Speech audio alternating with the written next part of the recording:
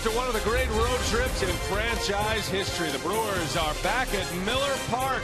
It's a Monday night. The Brewers and the Braves here on Fox Sports Wisconsin. Good to see the home fans. A lot of kids hanging out this summer here at the ballpark tonight. And the Brewers trying to make it 9 in a row. Hi, everybody. We welcome you from Miller Park alongside Bill Schroeder. I'm Brian Anderson. Our reporter tonight is Sophia Minard. And what a road trip it was. The Brewers win 7 in a row, and they've now won 8 straight games. But the story today is Francisco Rodriguez, and that is because he is the lone representative on the All-Star team. Congratulations to him. Yeah, what a difference a year makes, right? Last year, the Brewers had 4 guys, 3 starters, Gomez, Ramirez, Lucroy. K-Rod was in last year's game in Minnesota, but certainly very worthy. 18 for 18 so far this year. He has not allowed a run on the road, and it just seems as though the location for K-Rod has been impeccable all season long. The fastball, it's almost like he seems to know what hitters are looking for, and he throws something else. 6th All-Star team, 2nd in a row for the Brewers, and certainly a worthy recipient of another All-Star selection. So hopefully he gets into Cincinnati, gets another scoreless appearance in the Midsummer Classic. Certainly deserving K-Rod again this year. Oh, Francisco Rodriguez has 23 consecutive saves going back to last year. His offense has given him some opportunities here lately. When we come back, we'll catch up with the hitting coach. He's all smiles, Darnell Coles. Sophia with that story after this.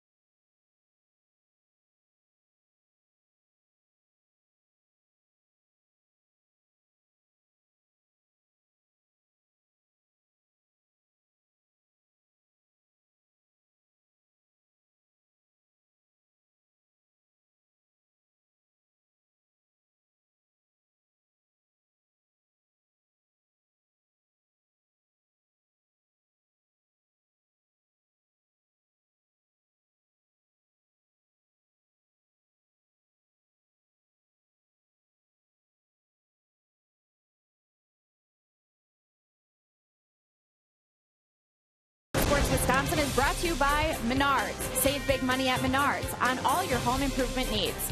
By Toyota. See where Toyota takes you. Test drive one at your Toyota dealers. Toyota, let's go places. And by Miller Lite, the original light Pilsner. Cheers, it's Miller time. The Brewers and their offense are rolling into Miller Park, coming off of a 7-0 road trip in Philadelphia and Cincinnati. And one of those that is getting it done at the plate is Aramis Ramirez, who was named the National League Player of the Week for what he did on the road trip. 12 hits, 11 RBIs.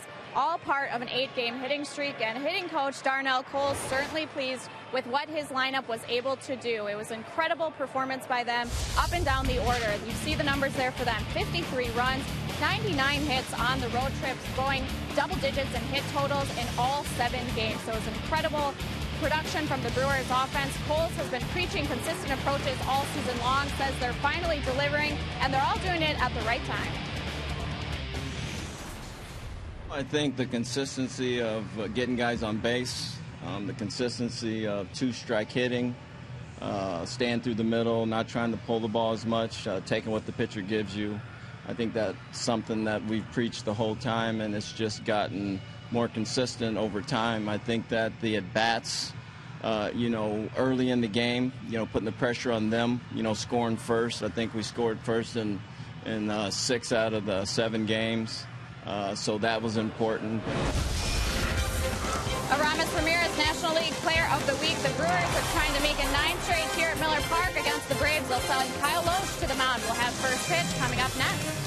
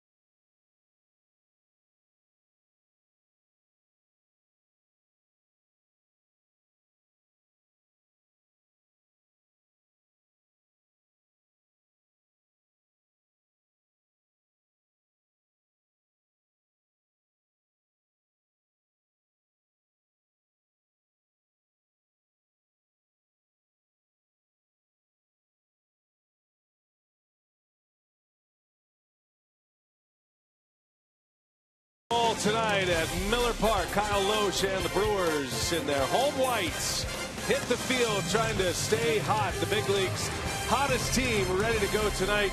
The Milwaukee Brewers, winners of 8 straight and winners of 11 of their last 13 games. There is Fredi Gonzalez, the skipper of the Atlanta Braves. Braves are keeping themselves relevant in the National League East. They are 6 back right now, but they're only 2 under 500. And they certainly are in earshot of those wild card spots. Fredi Gonzalez has a lineup that looks like this. It's Maben, Markakis, and Kelly Johnson. In the middle, it's Juan Uribe, the former Dodger, former Giant, A.J. Pierzynski, and Pedro Siriaco. And then you got Simmons, Perez, and Whistler rounding it out. Matt Whistler, a rookie, making his first start against Milwaukee. And there is Kyle Loesch, his 18th start of the year, Rock, and he is hoping that the turnaround continues. He's coming off a win his last time out, would like to pitch much better the rest of the season. He's actually won 2 straight. He beat the Twins 10-4 here at Miller Park, and then beat the Phillies in Philadelphia 9-5. Each of his last 2 starts, he's allowed 4 runs.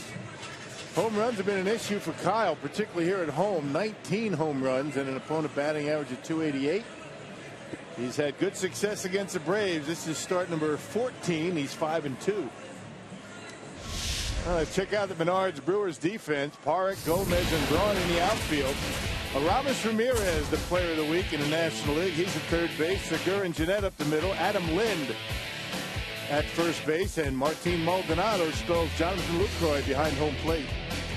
Lucroy getting a well-deserved day off. Gary Cederstrom will call the balls and strikes here tonight. He is the crew chief, and the first pitch is in there for a strike for Kyle Lohse. Away we go on a Monday night at Miller Park. It is nice and warm in here. The roof is closed up. There are some thunder showers in the area, so it gets a little sauna-like here inside Miller Park. The ball should be flying here tonight. Yeah, the glass panels are open. That is a plus. So there's a little bit of air able to get in here in the ballpark. That one just missed. Lohse working on those corners early. The panels open, roof closed. Had some rain earlier this afternoon. There's a lot of rain all across the Major League Baseball schedule tonight. A lot of games are being hurt by rain, but not here in Milwaukee. That's the beautiful thing about Miller Park. We play on every night, no matter what. Yeah, Lohse was very good in his last start against the Phillies. First 3 innings, just 1 over the minimum, actually 2 over the minimum, and then he hit the wall in the 4th inning, gave up a 2 spot. So got off to a good start last time out. 2-2 to Maven into right center field, and that is going to fall. A base hit. A little flare out there by Maven. And the Braves started with a single. One of the many former Padres that are now in Atlanta with 2 separate trades last year. Maven now has a 6-game hitting streak going. Starting pitcher tonight, Matt Whistler, came over in a trade with the Padres in April as well. One guy not in the lineup here tonight is Jace Peterson. It was another Padre acquisition. He's getting a day off. The rebuilding Atlanta Braves are keeping themselves right in the picture. Yeah, they haven't been swinging the bats all that well, although they've been winning. They've been getting some good pitching. Their young starters doing a pretty good job. Freddie Freeman on the disabled list. That's a big bat out of the lineup. Yeah, Freeman is out with a wrist injury, and could be a while. It's going to be post All-Star break for sure before he returns. And that is a significant loss. So the Braves have been winning. They've won 5 of their last 7 despite their offense, while the Brewers are scoring a lot of runs and winning probably because of their offense. Atlanta did lose yesterday in extra innings to the Phillies. A 4-0 final. Phillies scoring 4 in extra innings to win that game.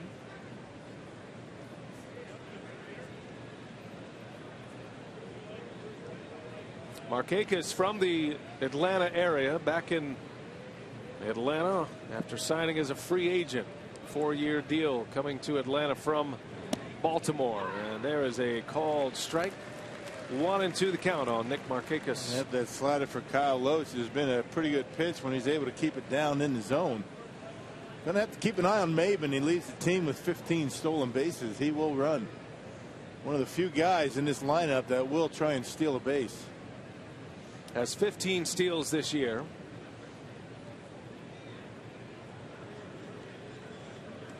And Markakis takes ball 2. Markakis was a tough out for the Brewers last time around. The Braves took 3 out of 4 from Milwaukee back in Atlanta. That was in early May.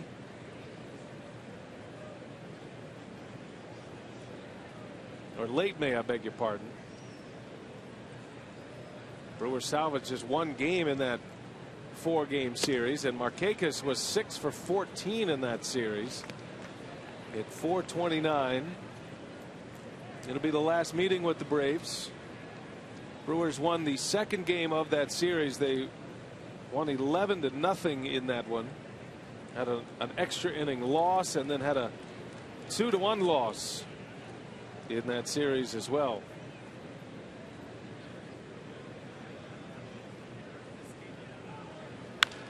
On the ground, and with the runner on the move, Jeanette has only 1 play. That is the first out of the ball game. Maven advancing to second base.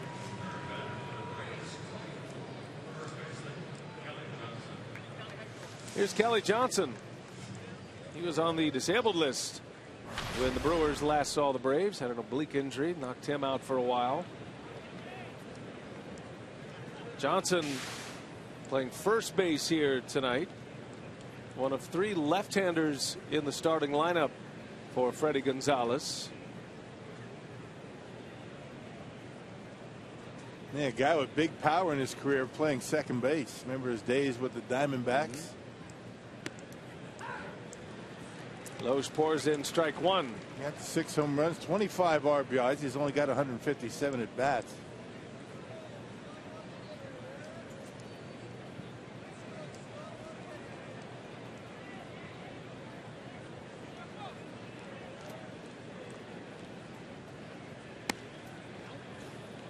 One ball, one strike.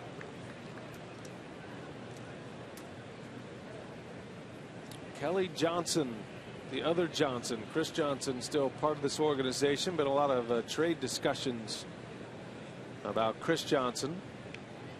He's making his 8th start at first base here tonight. He's had a couple of starts in right. That ball's hit way back. Kelly Johnson turns this one around, and it is up into the Loesch level, and the home run bug bites Kyle Loesch once again. Yep, it was an off-speed pitch right down the middle, and Kelly Johnson, we just talked about his power. Man, Loesch has had a difficult time keeping the ball down this year. He's getting too much of the plate. Ball's up in the strike zone, and 2-0 Braves on a big home run. That might have been a changeup that time, and Kelly Johnson waits back and knocks it way back and right. That's way back. Now Loesch has now allowed 20 home runs this season. This is his 18th start of the year. He did not allow a home run against the Phillies. Prior to that, had given up homers in 7 consecutive games. It has been a problem for him this season. 2 on the board quickly for Atlanta. Here's Juan Uribe, and he hammers one. That is way back in left field. That is a foul ball.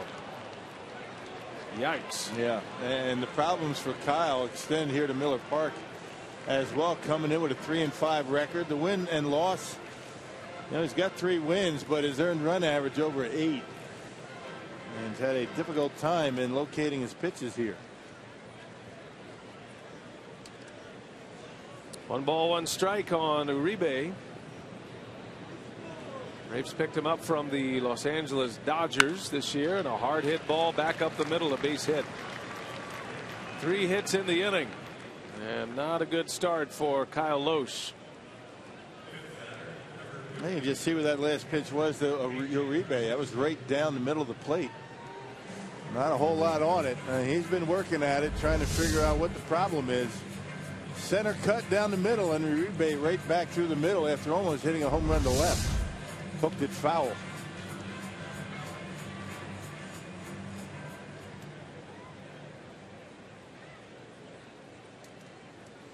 So a man on with 1 out. Here is A.J. Pierzynski. And he hits it sharply into right center. Braun over to cut it off. Uribe on his way to third. Pierzynski into second base with a double. 4 hits already for the Braves. Second and third with 1 out. Pierzynski's always been a good low ball hitter, and Loesch tries to get that pitch down in the zone. Didn't get it down far enough, and just dumping it out there in the right center. Able to get into second base. Well, the Brewers did put Matt Garza on the disabled list today. Part of the news of the day. A lot of headlines, actually. Garza's going to be on the DL with a shoulder injury, and he said it doesn't feel like it's serious, but it is something he needs to pay attention to, and with the All-Star break coming up, gives him a chance to take some time off. Yeah, so Tyler Cravey is going to be inserted into the starting rotation. So Cravey comes out of the bullpen. He gets a start tomorrow. Corey Knebel recalled today. Knebel was just sent out before the Cincinnati series on Friday, and he's coming right back. Second and third with one out. Pedro Ciriaco at the plate. Getting the start at second base here tonight. And that one's right at Ramirez. Uribe's coming home. And just running back. Maldonado able to throw it to Segura. They get the out. It does allow Ciriaco to go to second base, but Ramirez able to cut down a run. Bad base running there by Uribe. Might have forgot how many outs there were. Pierzynski ends up at third. Unless they had a contact play, no, I'm not sure. That was right at Ramirez, and he's an easy out at home plate right there. Maldonado runs him back, so that'll go down as a 5-2 to 6 put out on the rundown between third and home. I heard what you said, though. You said just run him back. Pierzynski had already gotten to third base, so if you just run him back to the bag, Pierzynski's going to be out, and you don't have to worry about a throw. At any rate, 2 outs, and here is Simmons, the free swinging Atlanta shortstop. One of the best defenders at the position in all of baseball. Having a down season offensively, but he did have a good second half last season. On the ground to Ramirez again. This time he'll go to first for the force, and Loesch muscles his way out of that inning. 2 runs in for Atlanta on 4 hits. Now the Brewers are coming up.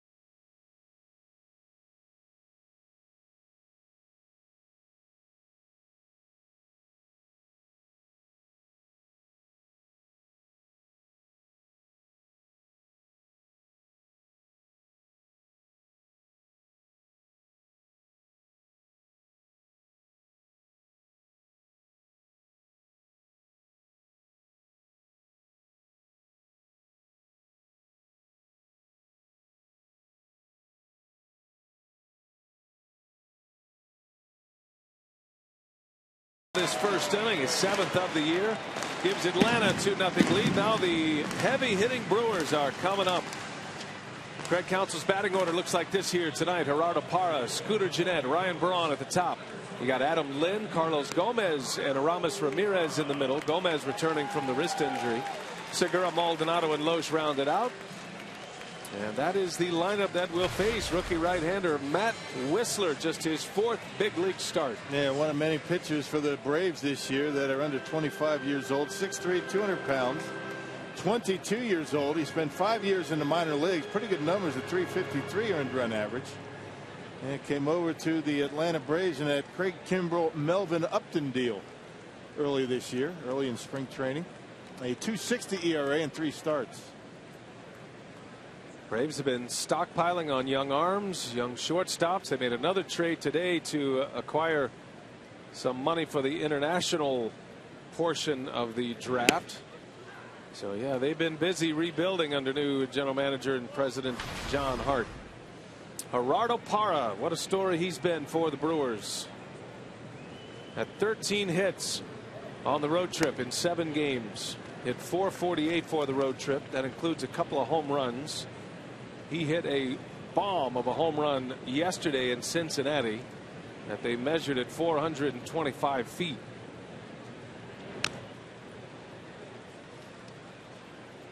Well, Parra had a leadoff home run in Cincinnati Friday. And then he hit this one where the big boys go. Almost knocking that one into the Ohio River. Yeah, he's been swinging it well, doing a lot of his damage out of that leadoff spot. Led off every game of the road trip except for one. And a ground ball foul. The Brewers won yesterday 6-1, capping off a 3-game sweep in Cincinnati and capping off a 7-game road trip sweep. Brewers have not swept the Reds in Cincinnati since 2011 when Craig Counsell was a player. That division winning team. The winning streak began in the final game of the series here at Miller Park that final Sunday against the Minnesota Twins. So the Brewers have 4 consecutive series wins, and they come into play having won 11 of their last 13 games. And doing just about everything as well as they have all season long. I mean, pitching's been good. The bullpen, K-Rod continues to be perfect, 18 for 18. 99 hits in 7 games. Incredible for the crew. 2 balls, 2 strikes on Parra. That ball's hammered deep right center field. Way back. Gone. A home run. Gerardo Parra. Stay hot, sir. Number 8 for Parra on the season. His 3rd in his last 4 games. And the Brewers get one back with a quick strike from their leadoff hitter. Well, it's just not that easy. He's making it look awfully easy. Well, Whistler gives him a fastball 94 miles an hour, pretty much down the middle of the plate. And that's a line drive bullet out of here. The question is, was it going to be high enough? Able to get it out of here in the right center. That's a good start. Here's Scooter Gennett, elevated in the lineup tonight, hitting 2nd. Back to the home run swing. He loves the ball down in the zone, down the middle, low, and he just golfs it out of here. Just does sneak it over that wall. They bullet. For Gerardo Parra, that is his 8th leadoff home run of his career. And he's had 3 this season, and the last 2 have come since Friday. It's going to be interesting what Craig Counsell decides to do when Chris Davis comes back. Man, Davis supposed to come back tomorrow. How do you sit him? Right. Yeah, so you want to be a manager in the big leagues. Not only is Parra the hottest of the Brewer hitters, he might be one of the hottest hitters in the big leagues. And he's hitting for a high average going back to late April as Scooter Gennett sends that one to right. Missed it on the bat a touch, and Markakis is there to put it away. So since April 25th, when Parra started to play every day, only Bryce Harper and Paul Goldschmidt have hit for a higher batting average during that stretch. Yep.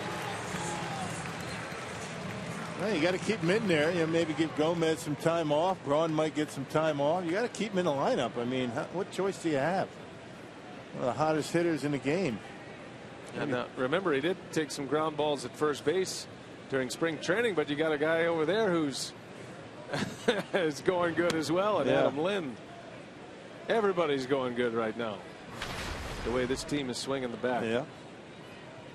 And Ryan Braun, no different. He is hitting his way into all-star status, you would imagine, if there is an injury or there's need for a replacement. He's on a 10-game hitting streak. And during the streak, Braun has 18 hits. 10 RBIs in those 10 games. And just about everything that he hit on that road trip was in the right field. Up the middle, into right field, down the right field line. Not trying to pull it and doing it with power. Gets jammed on this one, pulls it to Uribe, and he'll take care of Braun for the 2nd out. Well, let's check out the Menards, the Braves defense. The Braves' 2nd most double plays in the National League. They turned 93 of them.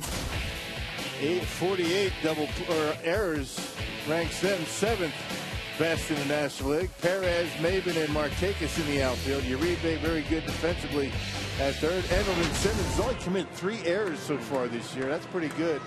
Ciriaco Johnson on the right side and the veteran A.J. Przinsky behind the plate. The Gold Glove Award winner at shortstop position in the National League. Andrelton Simmons, the highest fielding percentage. All-star Johnny Peralta of the Cardinals is up there. Here's Adam Lind now with 2 outs. Comes in with a .298 batting average. 14 homers, 51 runs batted in, and the runs batted in are the story for him tonight. Lind has a chance to set a Brewers franchise record. If he collects at least 1 RBI tonight, he'll have 10 consecutive games of at least 1 run batted in. He's tied for the franchise record now with 3 others, with 9 straight driving in runs. George Scott, the Boomer, and a Gold Glove Award winner multiple times over. Cecil Cooper, the man he was traded for, Carlos Lee, and now Adam Lind. All with 9 consecutive games with at least 1 RBI in Brewers franchise history. And he's been probably the most consistent player offensively from opening day until right now. 51 RBIs, batting average around 300, and the on-base percentage 370, so he's been able to get on base. Chases a high fastball. Down he goes on strikes. And the inning is over, but the Brewers give up 2 at the top of the first. Parra gets 1 right back. Leadoff home run, his 3rd of the year. 2-1 Atlanta.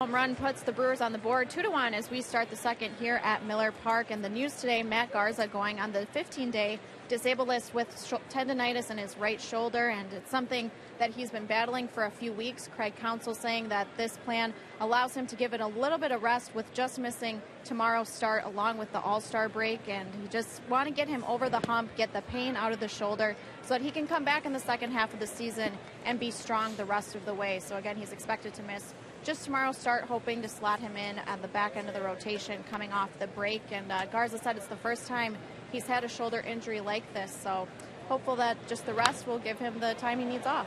All right, Sophia, thanks. The Brewers will have, including tonight, 6 games remaining before the All-Star break. The All-Star break will be 4 days, and then resuming action Friday week here at Miller Park. So it does build him in 4 extra days to recover. And remember, it is the 15-day disabled list, not 15 games.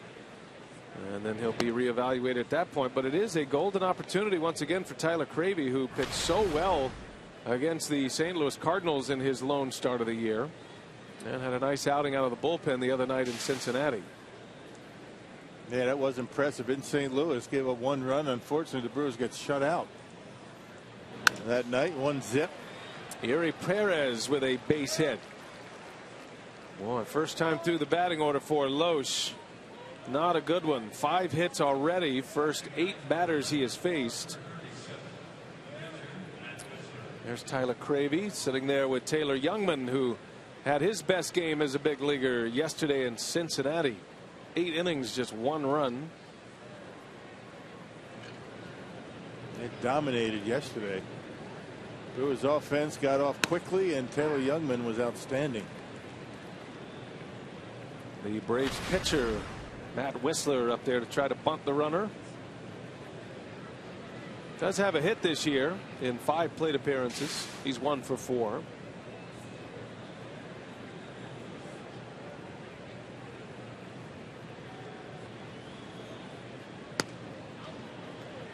One ball, 1 strike.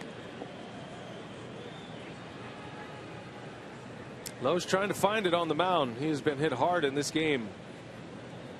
It's been that kind of year for him. He is as frustrated as he has ever been in his career. Yeah, trying not to show it off the field, but it's kind of impossible. Swing and a miss. After a solid season last year, just can't find a release point, just can't find the corners to his pitches this year. And that's what it's all about. I mean, the stuff's really no different. It's just where he's putting it. Prior to the back-to-back wins for Loesch, he had not won since mid-May.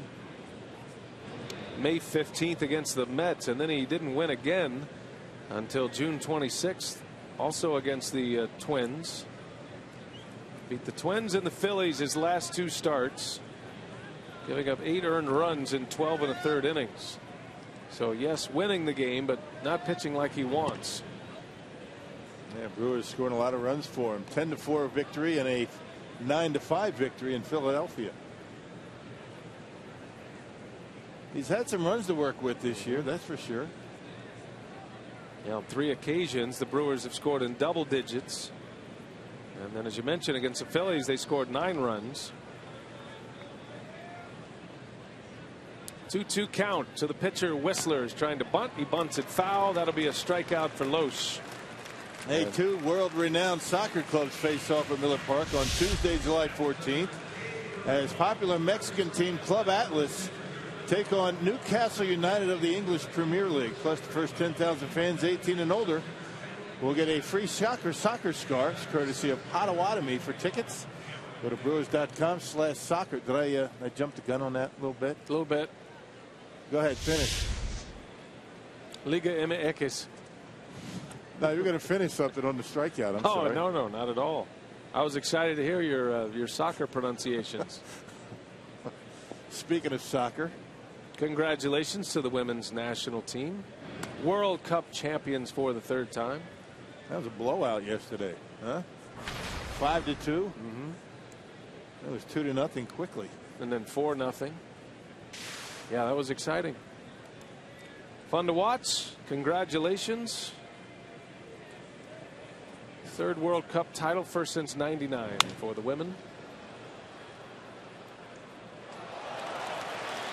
Back to the top of the order with Cameron Maybin.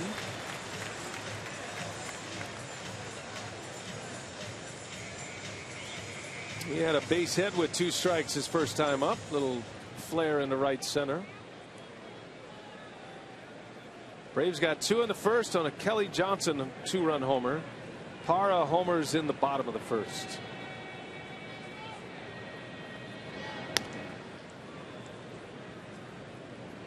Just a 3-game homestand.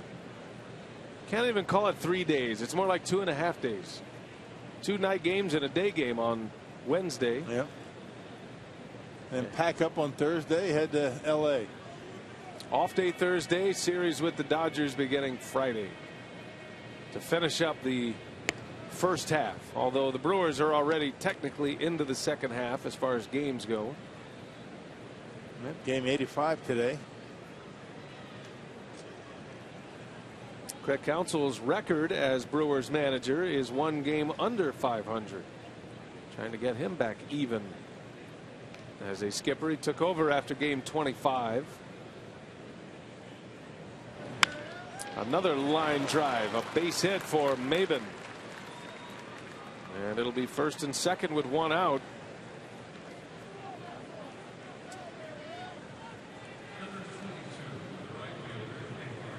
That's got to be a lonely feeling on the mound if you're Kyle Lohse. Yeah.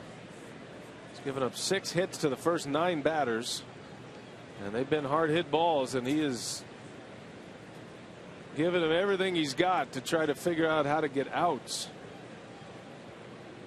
Could use a ground ball here. Nick Markakis, he did ground out his first time up. 2 on, 1 away.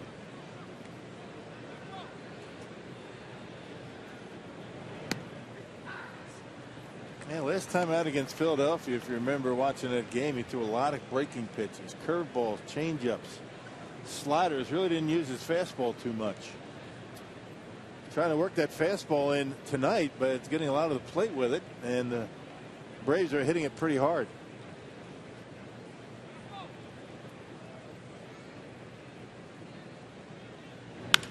And a shot into right center. And Parra's able to cut it off. That could save 1 run. They're going to hold Maben around third, but coming in to score is Perez, and the Braves lead 3-1. And if you're Craig Counsell, it might be time to start thinking about some bullpen activity. You don't want to get this one, let it get away from you too early. And see where that pitch is. I mean, you saw where Maldonado was setting up. He was setting up inside, and Lohse threw it on the outer half of the plate up in the zone, and Markakis able to rip it into right center. Location has not been very good for Kyle Lohse all year. 3 runs in on 7 hits, and Lohse with runners at second and third. Kelly Johnson now. Johnson last time up. Long home run into the second level. First home run since May 5th for Kelly Johnson. Spent a little time on the disabled list. 7th homer of the season.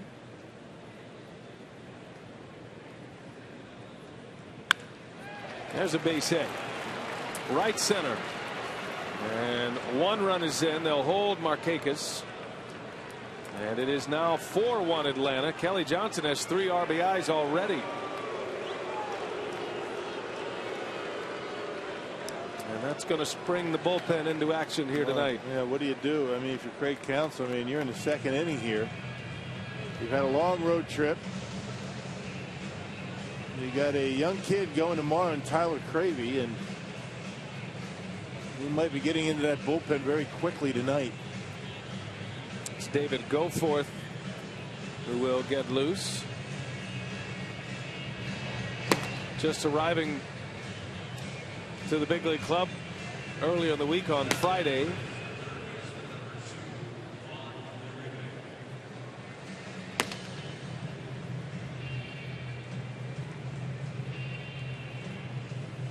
Well, you feel for Lohse. He's a guy that takes his job very seriously. He is a great leader, great teammate, but he just does not have it this year. It's been a struggle all season. Big cut by Uribe. And again, particularly difficult for him here at home, here at Miller Park. Lohse with an ERA over 8 in his home starts this year. 4 runs are in, still just 1 out. Desperate for a ground ball double play here to get him out of this inning. He's already thrown 40 pitches.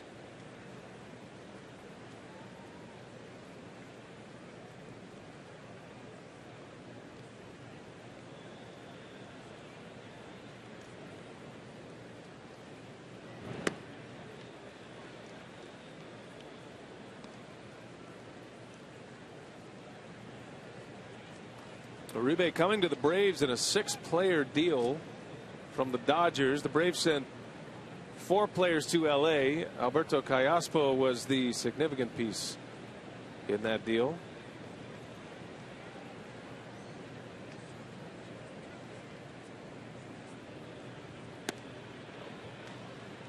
Braves have been eager to put some solid veteran players in the clubhouse as they begin their rebuild process. They're actually playing a lot better than I think most expected. John Hart bringing in guys like A.J. Pierzynski and Nick Markakis, Kelly Johnson, and now Uribe. Good, solid veteran guys who have been a part of winning teams. There's one on the ground. Got a chance to turn it here. Segura from Jeanette, and that's what Loesch needed. 4-6-3 double play to get him out of the inning. 4-1 Atlanta.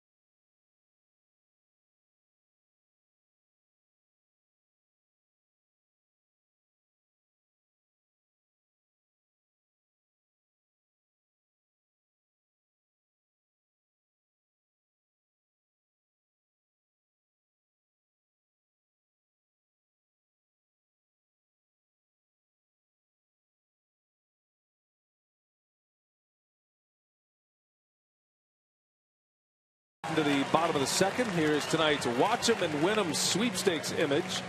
Log on to foxsportswisconsin.com. Click on the Watch 'em and Win 'em banner on the homepage to enter. And if you're not a winner tonight, tune in again tomorrow for another chance to win. Giving away great prizes during every Brewers broadcast in July. Carlos Gomez back in the lineup. He was hit by a pitch on Saturday. And he's not wasting any time. First ball swinging, pop up out in the grass. That is Siriaco to make the catch. One pitch and one out for Matt Whistler.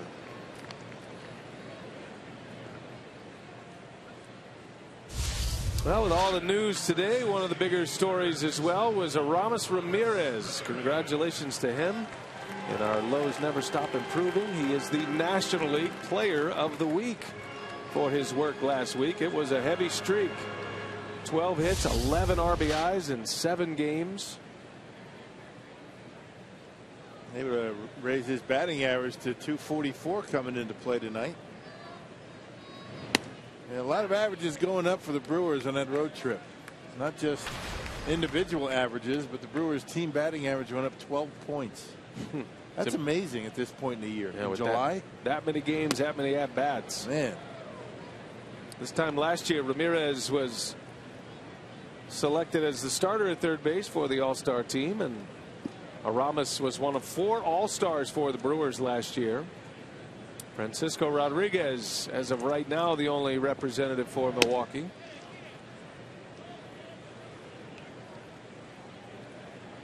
Yeah, Brewers are now 10th in the league in batting average, and they climbed to 6th in the league in runs. Yeah, they were down near the bottom of both of those categories. Ramirez rips one to right. Markakis is there for out number 2.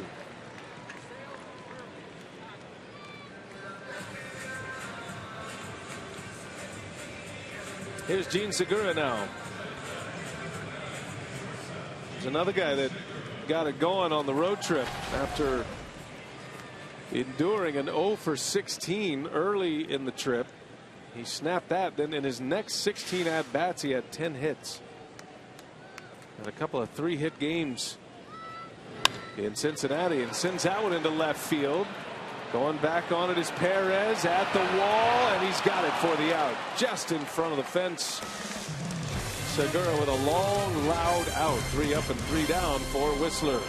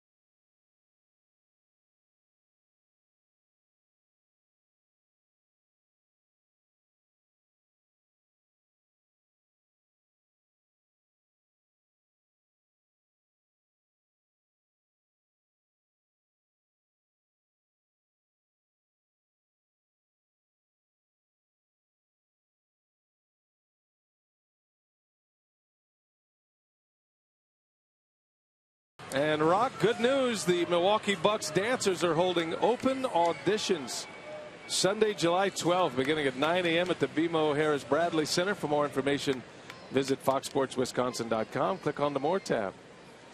We thought we'd throw in an early submission for you. I know you're eager to maybe check this out, but we put a little something together with you. You and LePay. Look at LePay. I'd love that. Don't look at me. Look at Matt LePay. You know what? He's wanting to, dance. He wants to, he does, but you know what? He's his own camera. He's afraid to make a fool of himself. I've never been afraid to do that. He's not freed up like you are. Comfortable in your skin. That's right. Many times as I made a fool of myself, it doesn't matter. Well, open auditions. I think we're going to be in Los Angeles, but maybe we can submit that tape as a proxy. I think you should. A.J. Pierzynski leads off for Atlanta. It's good, everybody down in the truck having a good time at my expense.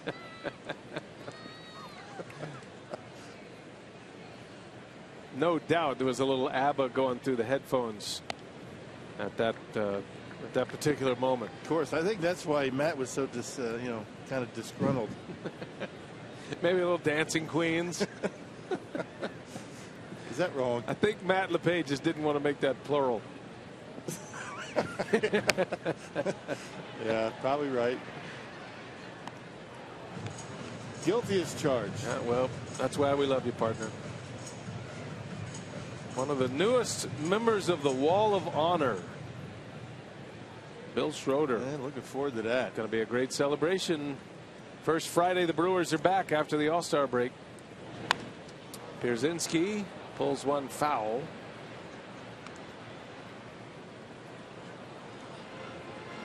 Now we're going to have a great celebration. Rock's going into the Wall of Honor by himself this year. It's going to be nice. Going to have the whole night to yourself. It's going to be nice. It's nice the Brewers did that for me this year. You should have the night off for that. You think? I do. I'm going to start a petition to see if we can get you a night off for the Wall of Honor. By the way, is there any way you could show the people at home your shoes tonight? My Allen Edmonds. Look These at babies. those. Well, you're not as nimble as you used to. Yeah, there we go. There you go. Look at these things. Yep. See? They got the Brewer ball and glove logo. By the way, is there anything else you want to do to me tonight? Just saying. I mean, showing me dancing, showing my shoes. You're looking sharp, man. Looking sharp. Good friends at Allen Edmonds dressing me all up.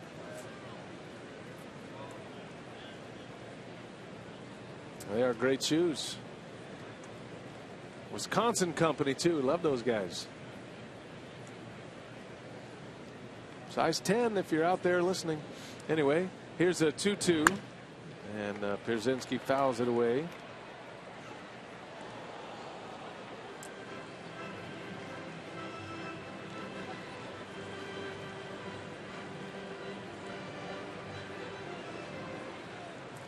Loesch in a battle here today. He's already given up 4 runs. Got Pierzynski in a 2-2 count. And that ball's hit hard right field line. That is fair. Just inside the line, down in the corner. That's going to be another double for Pierzynski. So he's got 2 at-bats, 2 doubles. Yeah, look at the location, right? I mean, that's a, you know, begins and ends for Kyle Loesch with location. That one hits the chalk line down the right field line, but missed his spot and left it up in the strike zone, and Pierzynski hit it hard down the line. Braves have 9 hits already. They are 9 for 14 at the plate to start this game. Here's Pedro Ciriaco. That springs the bullpen back into action. David Goforth continues to throw. He was up last inning.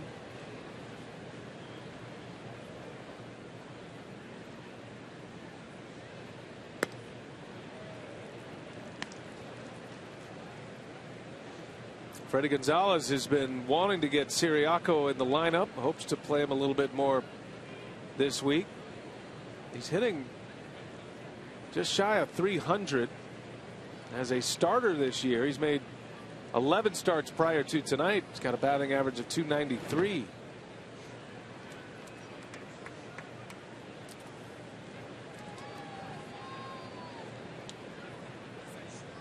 What to do with the Braves this year? That's a big question, right? In the Atlanta front office. I think the front office kind of surprised as to where they're at right now, you know, based on all the moves that they made in the offseason and right before spring training. They trade a lot of veteran guys. They traded their closer. Apparently not figuring they're going to be in a race. Well, they are. They're in it. Although Jason Grilli's been doing a pretty good job in that closer's role. Yeah, sure. He's pitched well. Grilli has 22 saves for Atlanta. Traded Kimbrel, traded the Upton brothers this offseason.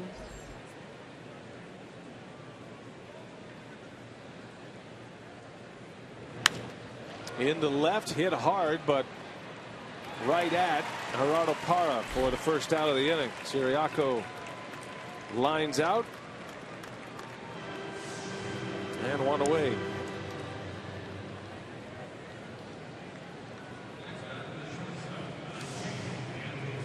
Here's Andrelton Simmons. Now Atlanta right now trailing the Mets and the Nationals in the National League East. Washington is the division leader. They're hot right now. They've won 7 of 10. They've won 3 in a row.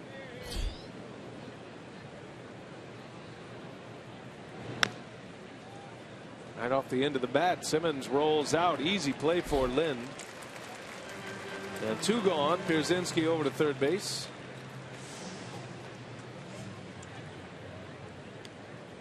Well, now get yourself out of it. You don't have to be real fine with Perez up the plate. You got the pitcher on deck. Don't make a mistake here with 2 outs.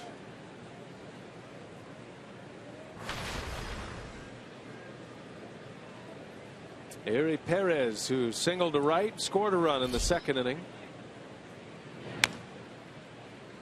Braves got 2 in the first, 2 in the second. Loesch trying to post his first scoreless inning of the night.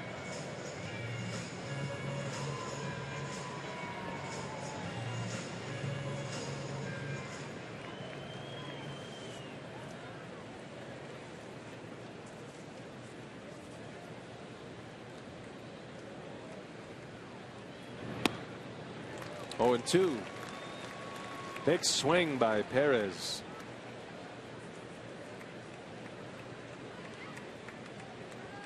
Kelly Johnson has played a lot of left field this season. He and Johnny Gomes essentially in a platoon in left field. This is the 10th start for Perez. And a swing and a miss. So Loesch finds it here in the 3rd inning after a leadoff double, retires the next 3, and we head to the bottom of the 3rd.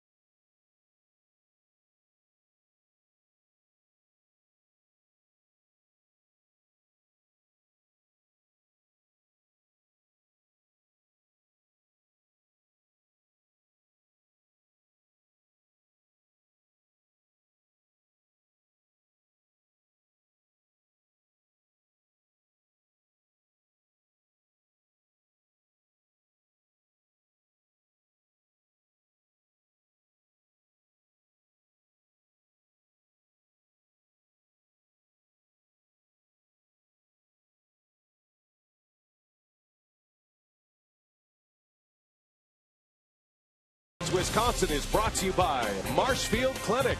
Don't just live, shine. By Piggly Wiggly, the official supermarket of Fox Sports Wisconsin. And by Hupy and Abraham, 800-800-5678. Hupy and Abraham, tell them you mean business. Well, Brewers have their work cut out for them tonight. They're down 4-1 early, but the way they've been swinging the bats doesn't seem insurmountable by any stretch, and a lot of baseball to be played here tonight. Atlanta with 4 runs on 9 hits already. The lone Brewers hit was a home run by Parra in the 1st.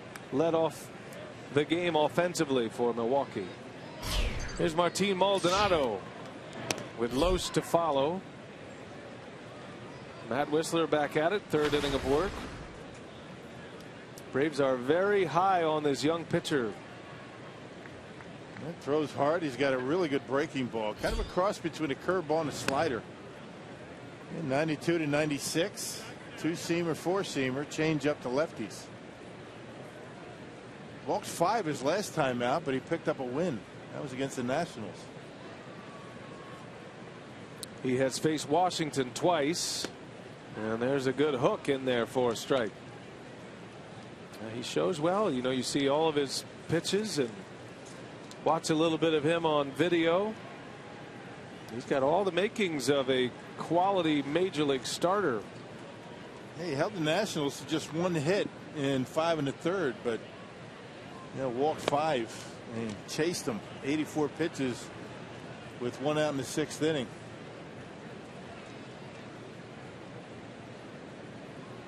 Five and a third against Washington last time out. Prior to that, went 4 innings, gave up 4 earned runs against the Nationals. That was a second big league start, and he won his first big league start against the Mets. As Maldonado muscles one into right field.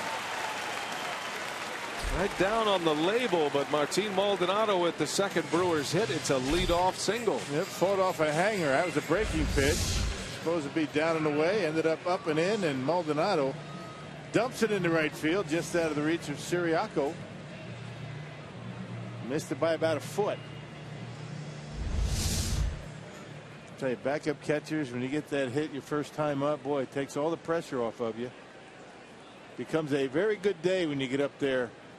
Did the same thing in Philly when he made his start. Lowe's trying to bunt. Maldonado to second, bunts it foul. Maldonado went about 2 weeks between starts. He finally got a start in Philadelphia. Got a couple of hits. Now Maldonado did not start on the last homestand, not once. Didn't play at all. Lucroy, the workhorse, trying to make up for lost time after that injury, the broken toe. 0-2 on Loesch. They caught the day game after a night game yesterday. After a almost 4-hour game on Saturday night, caught yesterday and gets today off. Loesch shows bunt again. Squares early, now pulls it back and shows it, gets it down. Whistler going to second now and out at second. Close play. Simmons very athletic out there at second base. That was a heck of a play. Trying to keep that foot on the bag on the throw. A little bit late, a little hesitation by Whistler.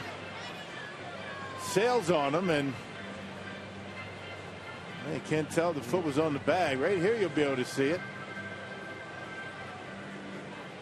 I think he's out. Yeah, it's a good call. That was a heck of a play by Simmons. The ball was ticketed for center field. Jerry Narron on the phone back to the Brewers clubhouse with they have all the replays advising Jerry on what they see. And so Loesch unable to get a sacrifice down. He's at first now with 1 out. Put out goes 1-6. Man, Brewers had the wrong guy running at second base. Even with the hesitation, Braves able to get Maldonado at second. Can't teach speed, Martin. It's not your fault. It's no reflection on your character. Top of the order, here is Parra. Kyle Loesch kind of clutching at his hand a little bit, as if he might have tweaked something on that bunt or maybe on the swing prior. No, he ran into the pit there, first baseman Kelly Johnson. Remember, Loesch dislocated his pinky one year doing that. Johnson knocks this one down, flips to Whistler covering the bag for the second out. Remember that rock in San Diego? He was running down the line, and he's got a finger that pops in and out of socket a lot, and dislocated it. Yeah, and it's on his left hand. He's hurting.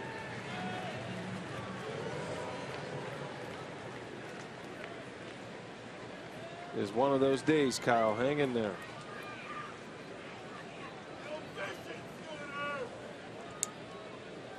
Two outs in the inning. Here is Scooter Gennett now.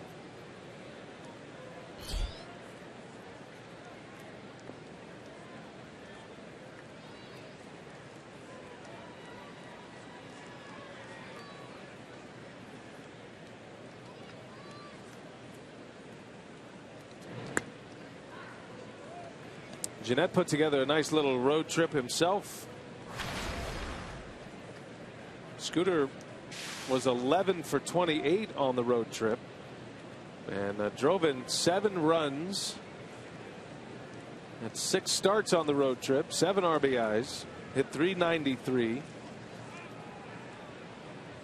Pickoff play. Loesch is back.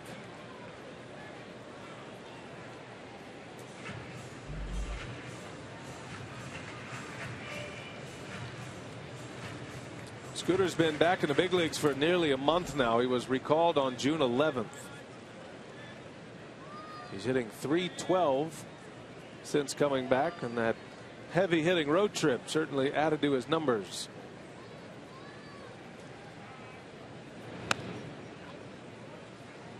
Yeah, pick a guy on the Brewers on their everyday lineup that didn't have a good road trip. You know, statistically, Carlos Gomez is that guy. However, he had a 5 RBI game, hit a grand slam in a Friday night win in Cincinnati. And just about everybody in the high 300s, 400s. John and Lucroy over 400 on the trip. But, you know, if you talk to the guys about the road trip, they'll tell you that's over with. And let's talk about today's game.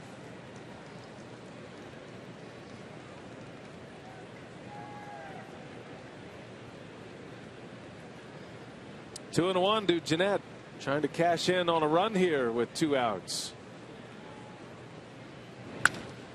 Right to Siriaco. One second baseman to another, and the inning is over. The Brewers strand a runner at second. 4-1 Atlanta. We head to the 4th inning.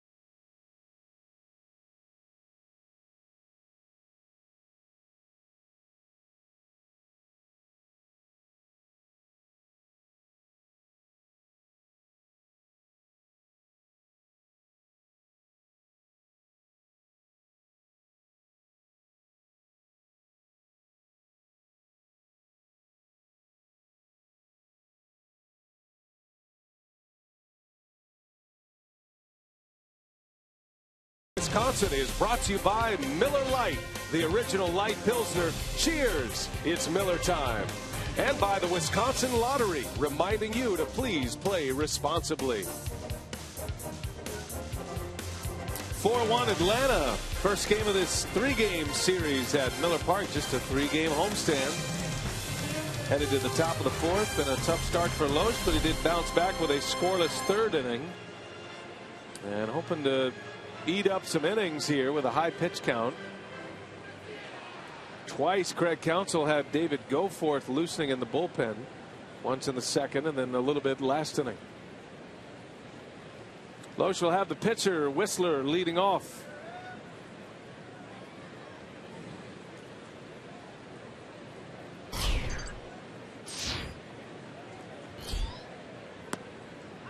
First pitch strike from Loesch. Whistler was a strikeout victim in the 2nd.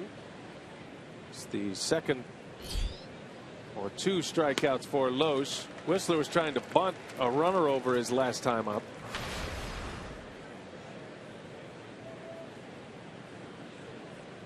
Needs a quick inning, does Loesch. And on 3 pitches, Segura puts away Whistler. Loesch has 1 out. There's a good start. You know, leadoff base runner, leadoff hitter out. Hey, tonight's time of the game winner, Chuck's Dykesville Bowl in Luxembourg. If they call the Brewers in the next 24 hours, they get 40 Miller Lite beer pen tickets to a 2015 Brewers home game. This offer courtesy of the Tavern League of Wisconsin and Miller Lite. Top of the order for Atlanta with 1 away. Here is Cameron Maben. 2 for 2, 2 runs scored.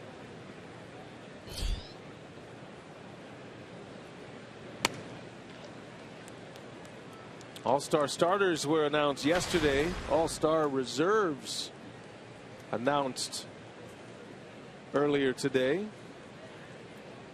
Francisco Rodriguez is the lone Brewer representative. He was selected by manager Bruce Bochy. A managerial selection. Congratulations to Francisco Rodriguez. It's his 6th All-Star appearance. Back-to-back years as an All-Star with the Brewers here. And it comes 11 years after his first All-Star appearance.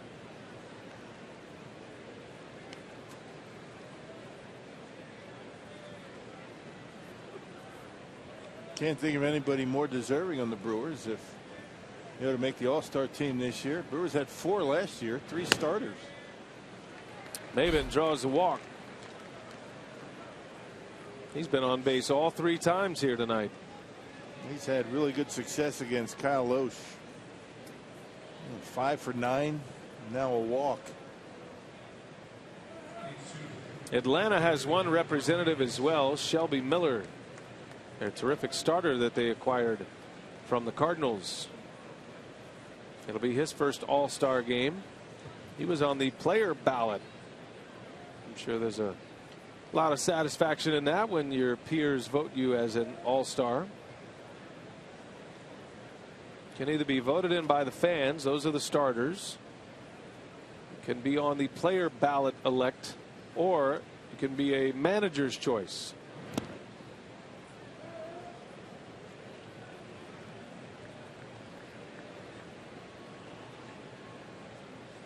Yeah, right now Clayton Kershaw not on the All-Star team.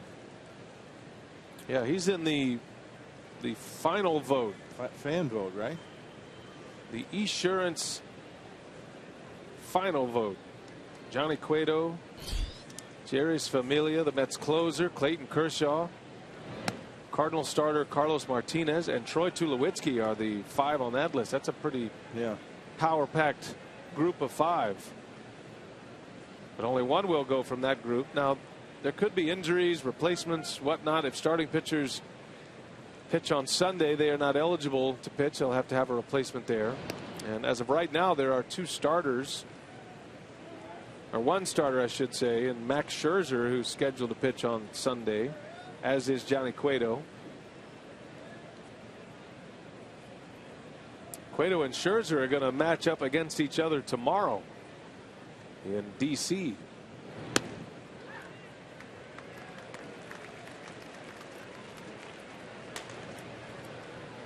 Goforth back loosening up for the 3rd consecutive inning. Won't take long to get loose in this weather. It is warm, humid, warm inside Miller Park with the roof closed.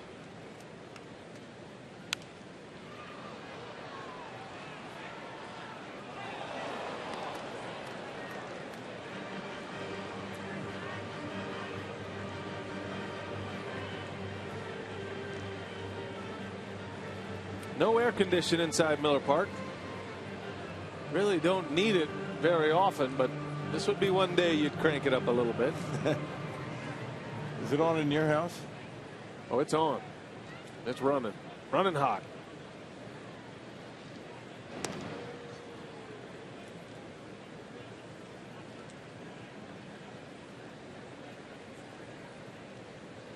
Might be hot, but it's dry.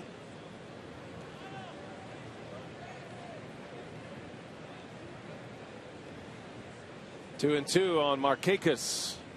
You know what, though? I don't see any players down there. You know, the Brewer players, they like the hot weather. And based on the summer that we've had so far, yeah, I don't think anybody should complain about the hot weather. Hot and humid.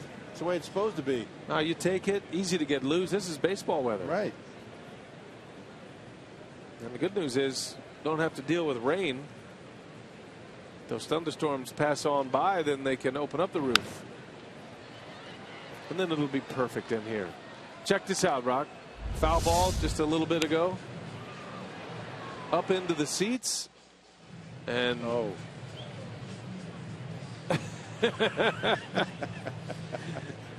who's your baby? Look at the woman he's with. It's like, what are you doing? Yeah. You're not a young man anymore. That's I'd like to. It'd be a lot of captions you could put on that. That's right. There's a called strike 3. Loesch strikes out Markakis. 3rd K of the night for Loesch. Yeah, good location right there, right on the corner, down in the zone, and that's what he needs to do more of. Right where Maldonado wanted it, and you can't walk it across any better than that. Markakis knew it.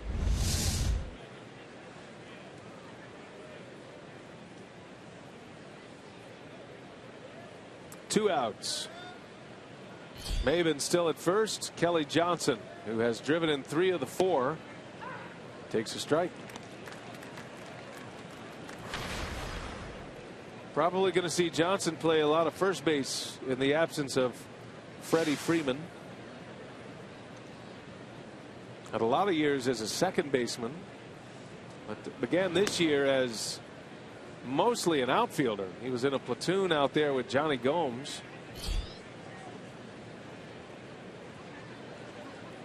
Big loss for Atlanta with Freeman on the disabled list with a wrist injury. And he said it's something that goes back to the 2009 season when he was in the minor leagues, which can't be good. Yeah, Kelly Johnson had a 26 home run season with the Diamondbacks.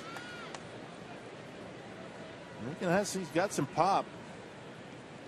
26 homers, 18, 16 a couple of years. Loesch has him down 0-2, trying to retiring for the first time. Tried that changeup again.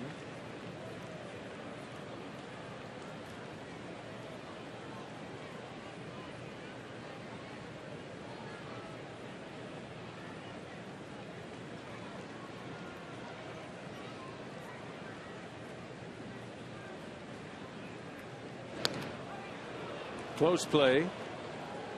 Maben back.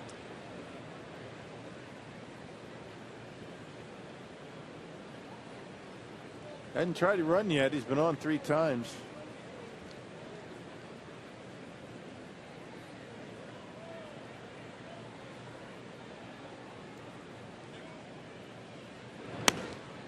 Busted him inside with a fastball.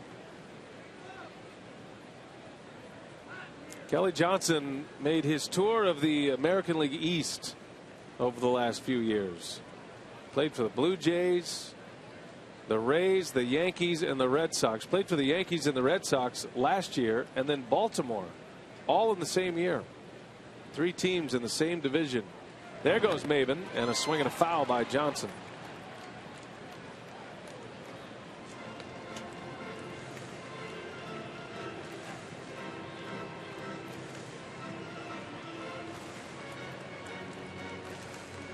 Yeah, Loesch holds runners pretty well, but when you pick a curveball, something off speed, you have a pretty good chance.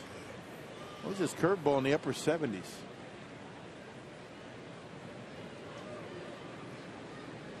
I had him 0-2. Now it's 2-2.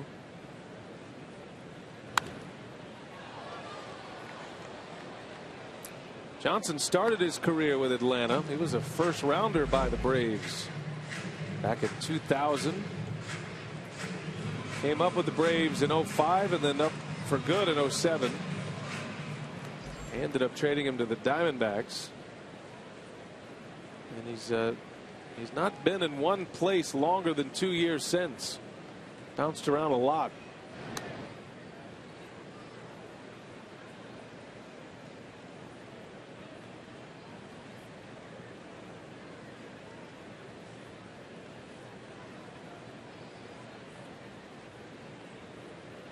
He was with Baltimore last year for their postseason run. There goes Maben again, and a swing and a liner. That is a foul ball. That would have scored a run if it was fair. Yeah, Maben running on the pitch, and that ball just missed that right field line. A couple of inches. Like tomahawking a high fastball from Kyle that time.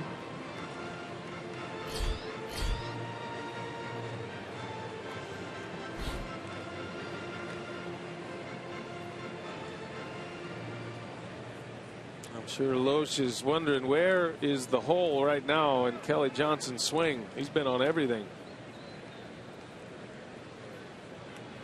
The swing and miss he had earlier was on a changeup. 2 balls, 2 strikes, and another check on Maben. But the changeup's got to be away. I mean, you put that changeup up and in, that gives the hitter a chance to get a pretty good swing at it. He's thrown him a couple of changeups in this at bat.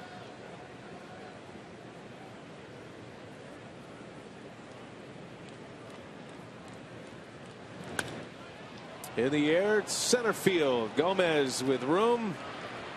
And that will retire the side. So Loesch has been able to turn the wheel around a little bit. Back-to-back scoreless innings.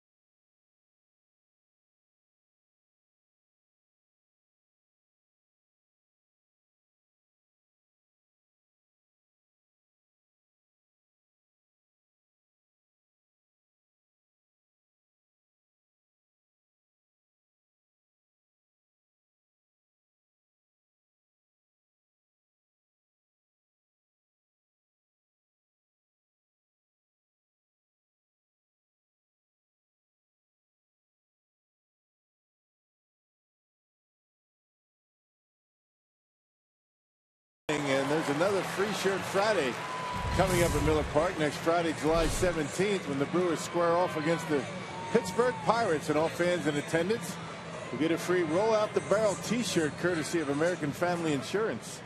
For tickets, go to brewers.com today. Here we go to the bottom of the fourth inning. 4-1 Atlanta. They had a fast start to the night, scoring 2 in the first on a Kelly Johnson 2-run homer, and they got 2 more in the second. Johnson driving in a 3rd run here tonight. Ryan Braun leads off, getting our first look at the young right-hander, Matt Whistler. 6'3", 200 pounds, a big kid. That was pretty good. 93, that two-seam fastball. Boring in on the hands of Ryan Braun that time. That big sweeping breaking pitch. Haven't seen too many changeups. Hasn't needed him quite yet. Whistler is out of Bryan, Ohio. He's only 22 years of age. He'll turn 23 in September of this year. Another young arm that the Braves have acquired. That's a curveball in there for a called strike 3, and Braun is out. Atlanta has been on this push to acquire young arms like Whistler. They have been able to acquire at least 10 pitchers that are all considered major league quality prospects. Shelby Miller, of course, at the top of the class. We're talking about pitchers under the age of 24. So a lot of young, promising arms for the Atlanta Braves. Stockpiling arms and trying to go big on the international draft as well. A lot of young kids in the major leagues these days, not just the Braves, but the Braves have a ton of them. But I mean, every team has 1 or 2. Lynn gets jammed a little bit. Fly ball into center field for Maben. 2 outs. You used to never see guys 21, 22 years old in the big leagues. Hardly ever.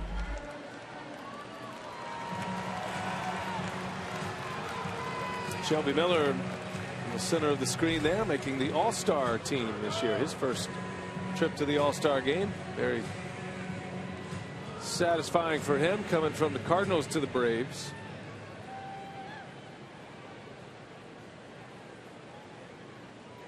Here's Carlos Gomez. Takes a first pitch slider for a strike. Well, Gomez had one of the best days of his career. He matched his career high for RBIs. His first career grand slam. Drove in 5. Our Columbia St. Mary's worth another look. That was against Cincinnati on Friday. A 12-1 victory that game. He's got that brace on his hand. He was hit in the forearm. He was the 4th hit batter in the Saturday game against Cincinnati. Had to leave that game in the 5th inning. Trying to protect that wrist a little bit.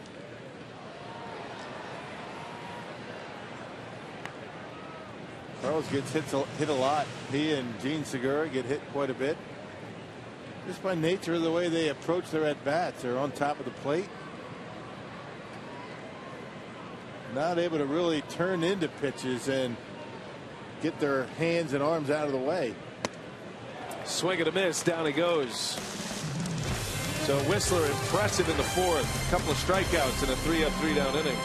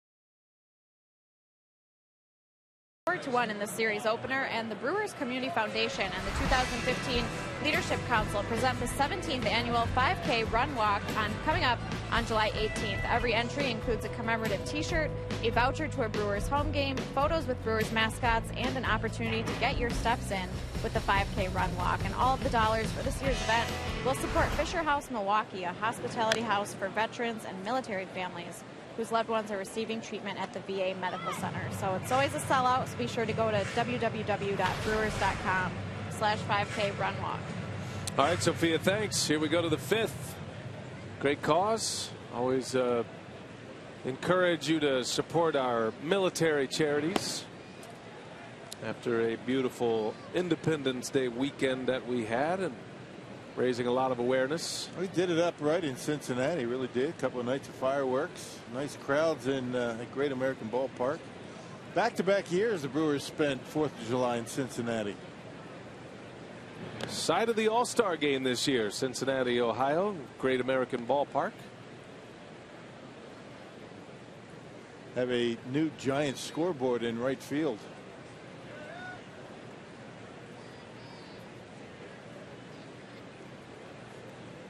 I'm sure there's going to be some baseballs hit off of that in the home run hitting contest. Yeah, it might be. That pitch is up and away to Uribe. Yeah, we went in there and we said, well, there's the scoreboard in right center, but kind of kills the view of Kentucky, Newport, and Covington over there. Right. And the answer was exactly. All right, then. Little tapper, fair ball. Maldonado will just put the tag on him, and that is an out. I'm not sure Uribe, either he just didn't really want to run and was acting as though he thought it was foul. At no point was this a foul ball. I didn't think. He was just hoping at some point that the umpire would give him a break. He can't beat that out. Maldonado decides, I'm just going to tag you out. I'm not even going to throw it. By the way, do you like the catching gear for Maldonado tonight? Well, I haven't quite noticed. Is there? Oh, he's got the bright green fluorescent accents. Yeah. You haven't noticed that? It's very U.S. women's national team-esque. You can't be serious. You haven't noticed that. I haven't until right now. Well, now it's just obvious. Now I feel bad. I was waiting for you to notice it. They never did. I don't spend a lot of time looking at the monitors, so all I'm looking at right now is Maldonado's back. See, that's basically all I look at until the ball's hit. See, we're just the opposite in that regard. Well, you can't do the same thing. It's kind of the way I go. Well, now it makes total sense. Look at that equipment, Rock. It's all fluorescent. It's pretty sharp. That equipment that Lucroy had on 4th of July. The Stars and Stripes. Right. I only knew about that because Mike Vasallo tweeted it. That's how I get most of my information. He's auctioning that off, right, for the honor flight? Yes, he is.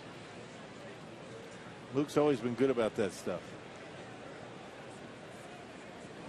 Pierzynski to the opposite field, a base hit. So A.J. Pierzynski has 3 hits.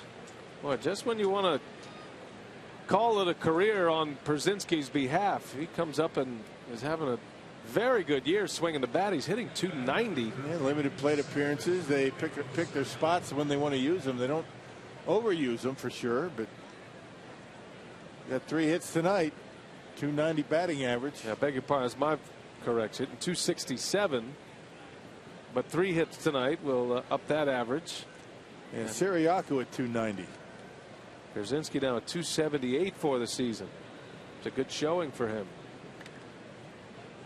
Siriaco swinging a miss.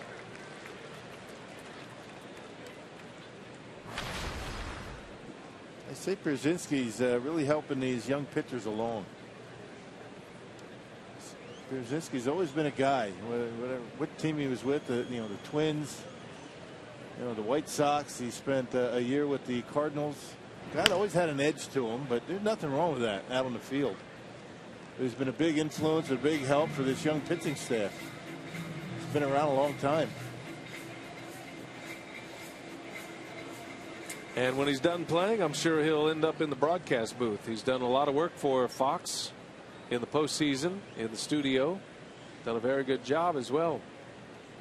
He's getting a smile out of Adam Lynn. That's an accomplishment. That's not easy to do, and especially in the middle of a game. Telling a few stories down there. I think they ran out of material. I don't see a smile. No, just before that. Oh, there's one. Well, I got so much dialogue to go to.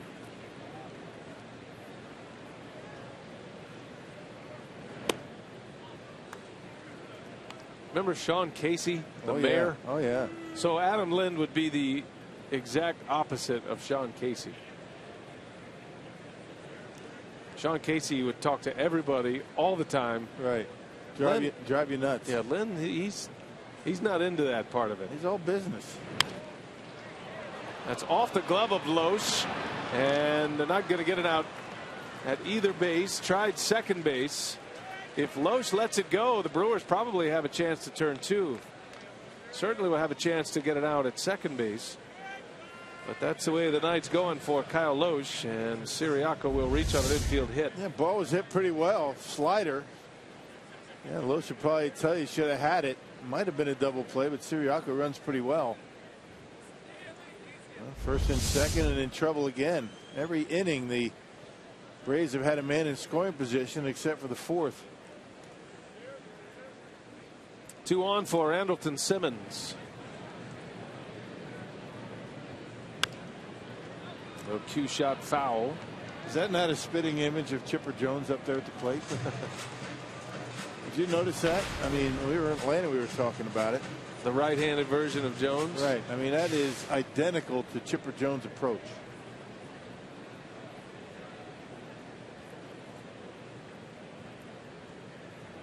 Will be headed into the Hall of Fame soon. Not a bad guy to pattern yourself after if you're going to pick a batting stance. Pretty classic stance.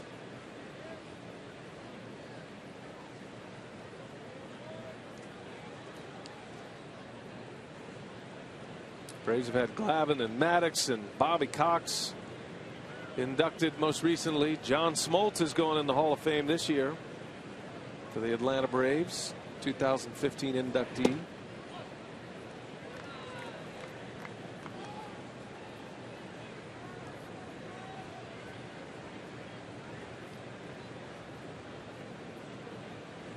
Atlanta trying to get back to the top of the division. They reigned in that division for 14 years and one World Series title.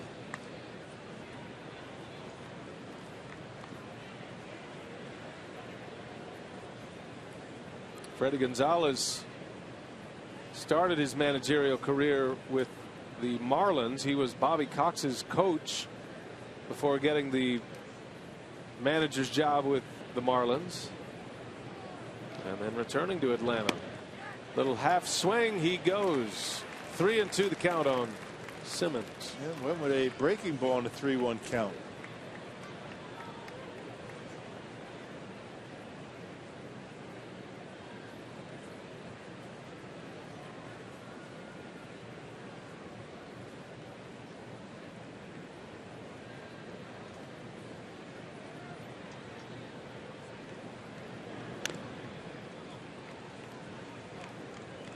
Oh, we got another no-hitter watch tonight. John Lester, who has a hit tonight, his first career major league hit, has a no-hitter through 6 against the St. Louis Cardinals. One problem. It's 0-0.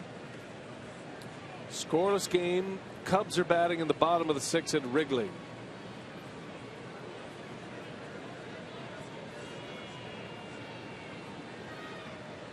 Full count to Simmons. Got him. Loesch strikes him out. Second out of the inning. Good job coming back. 3-1 and nothing but breaking pitches against Simmons. Just waving at this slider on the 3-2 pitch.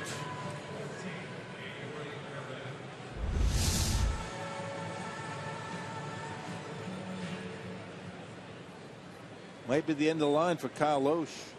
That has been a struggle tonight. If he can get through this fifth, though, he will have earned his way through and saved the bullpen a little bit. It was a little touchy in the second inning. Loesch was probably a batter away from being taken out. Then he got a double play off the bat of Uribe.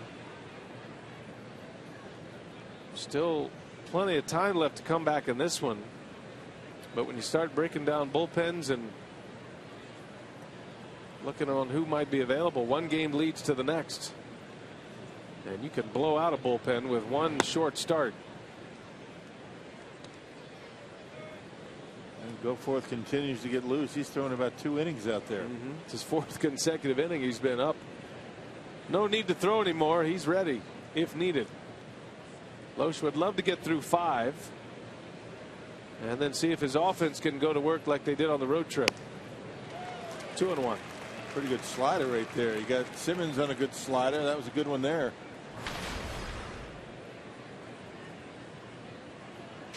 Braves just came out swinging the bat early in counts, being very aggressive on the Loesch fastball tonight. 2-2 now. Another breaking ball. He seems to have found that pitch, that slider. Why not just keep throwing it?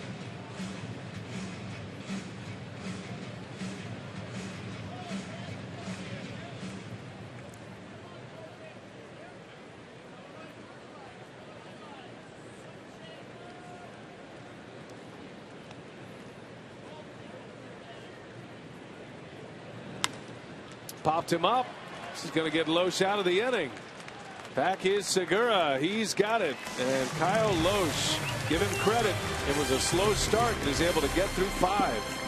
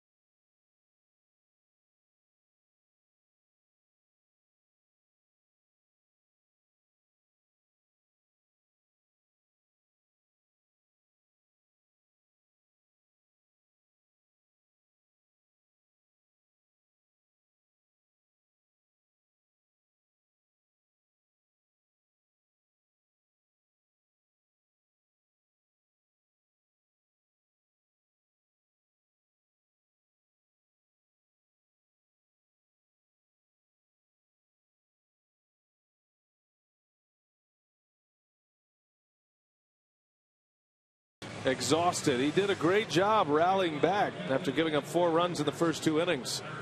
He's able to go 5 here tonight. Hey, a reminder, send us your tweet of your strongest fan photo. Use hashtag WisDataStrongFan, and you just might see yourself in an upcoming broadcast. It's brought to you by T-Mobile. Roof is closed on a warm sauna-like evening inside Miller Park tonight with some thunderstorms in the area. Be curious to get the comments of Kyle Loesch after the game. Not sure if he's under the weather or just the heat of the ballpark, but he did not look himself here tonight, but able to give him 5, and I'm not sure that was in the plans after he was out there in the second inning laboring with the bullpen ready. The fact that he did go 5 is impressive. He was able to get a double play ball to end that second inning. The Braves only able to put 2 on the board, and yeah, had he not been able to get that double play, it would have been a lot different. I think Goforth would have been in there in the second. Loesch gave up 11 hits Braves stranded 7 runners, and if you're Atlanta, you have to be kicking yourself a little bit, knowing could have delivered a knockout punch. Ramirez in the air, left center field. Maben is calling, and he makes the catch. Wow.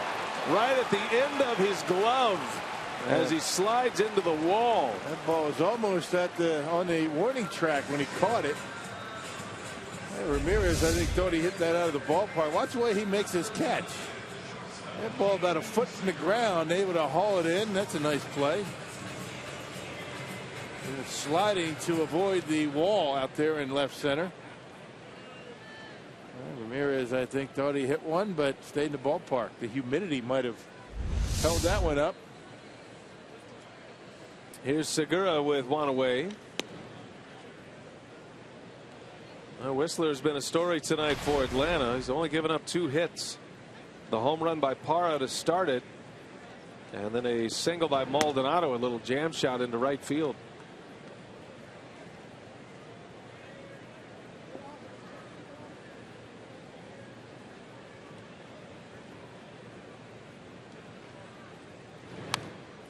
This is the way the scoreboard looked for the Brewers on the road.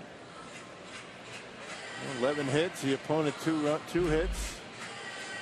A little bit different here at Miller Park. The Brewers are actually only 1 game under 500 on the road. They've been playing much better away from Miller Park this year for some reason. Who knows? Yeah, just won 7 in a row on that road trip.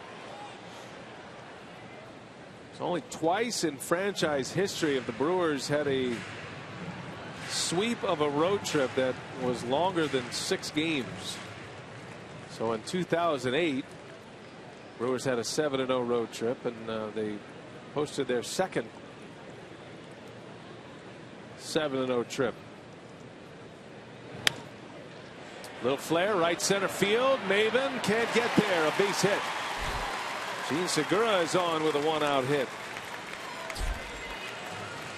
Another breaking pitch from Whistler. He's got a good one. He's got 2 different kinds. So has one with a little bit more break, more of a curveball type break, and will throw one a little bit harder with more of a slider break. That's the slider break off speed pitch that he throws, and Segura didn't try and pull it, just dumps it into center field.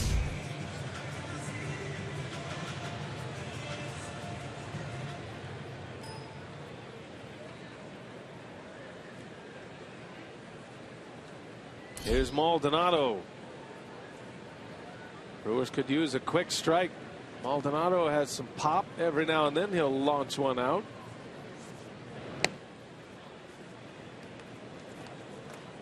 Only 1 out in the inning. Loesch is definitely done. Counsell has sent Shane Peterson into the on deck circle.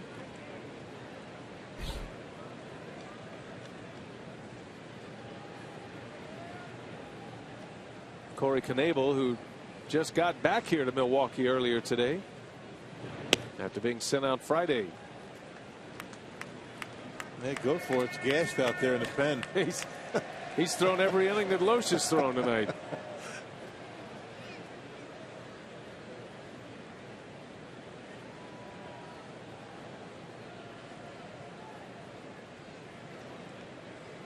Maldonado looking for a mistake.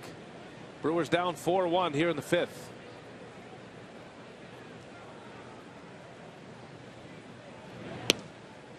And it's 3-0 now.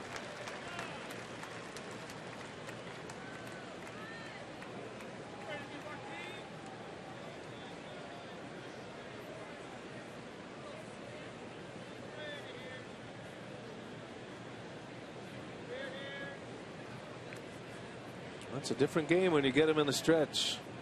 Hasn't pitched from the stretch much here tonight. Trying to get those wheels turning against the rookie pitcher. Yeah, doing a much better job throwing strikes tonight. Has not walked a batter after walking 5 his last start against Washington. 61 pitches, 39 for strikes. Segura with a short lead at first, and it's 3-2 now.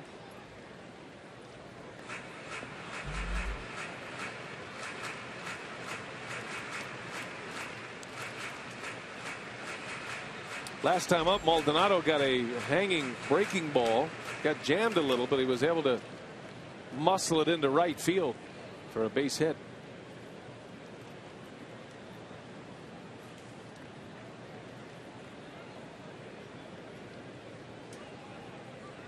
Got one start on the road. He was 2 for 5.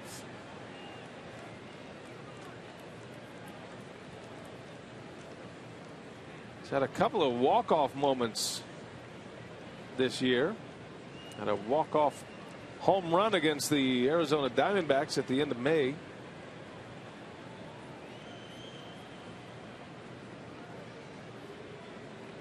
"3-2, runner goes, and Maldonado fouls it back."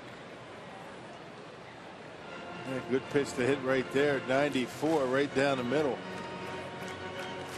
A little bit behind, I think, just in the back of his mind. He's thinking that big sweeping breaking pitch, and because of that, he's not able to get the bat head out on the fastball.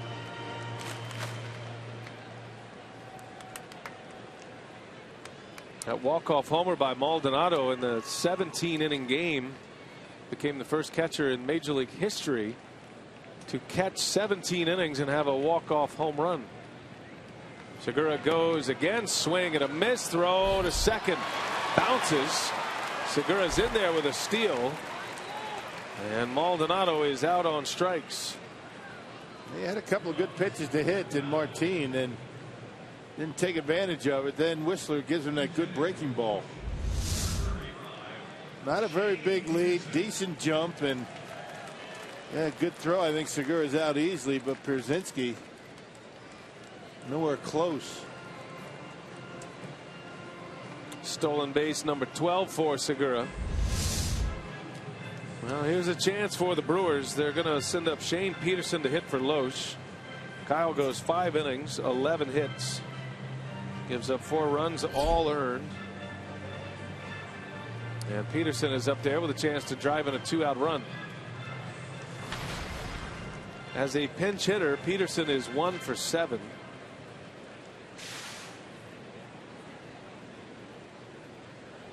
Shane got a start yesterday.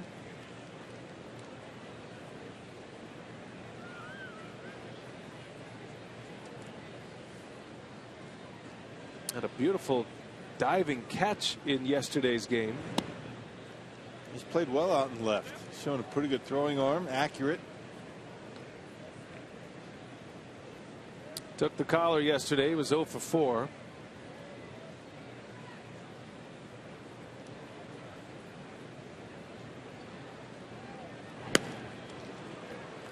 Peterson, after he made that diving catch yesterday, he was clutching at his wrist as well as right wrist.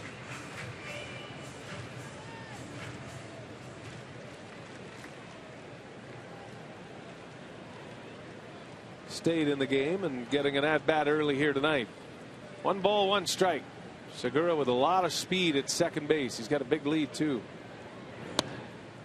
2-1. The no-hitter for John Lester is over. Johnny Peralta, the all-star starter at shortstop for the National League, the Cardinal shortstop, had a base hit to break it up in the 7th inning. Still scoreless in the 7th.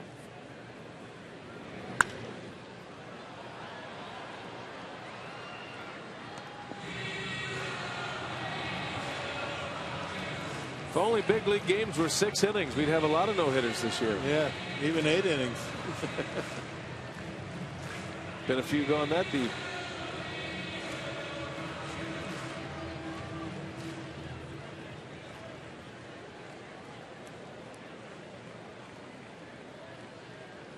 Two the count on Peterson. Segura is ready to run. In the air, left field, little flare. That is down, fair. A base hit. Segura scores. And Shane Peterson, a little flick of the wrist into left field. The Brewers within a pair now. It's 4-2 as Peterson drives in the run. And stayed on it and was trying to protect the plate. And a fastball that was supposed to be off the plate ended up down the middle, and Peterson just slices it down the line. A little problem out there in left field. Segura scores, but Peterson stays put at first base. Good job by Peterson to make contact and drive in the run. Grinding one out. Well done. Top of the order now, the red hot Parra, who homered in the first. He's the tying run here in the fifth. 4-2 Atlanta. And that skips in. First inning, first batter for the Brewers. And a down and away pitch, and Parra turns it into a home run. A missile out of here. Powerball home run number 8 for Gerardo Parra, his third leadoff home run this season. Yeah, that one down. The one he hit yesterday was up. So it covers up and down pretty well.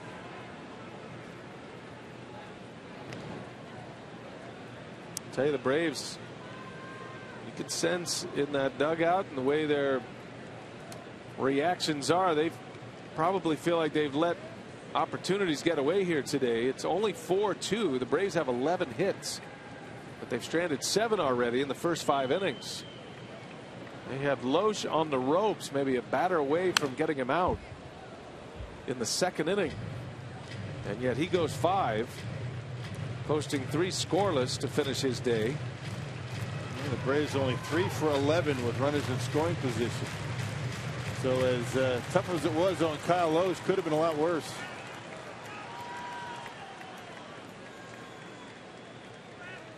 Parra in a 1-1 count.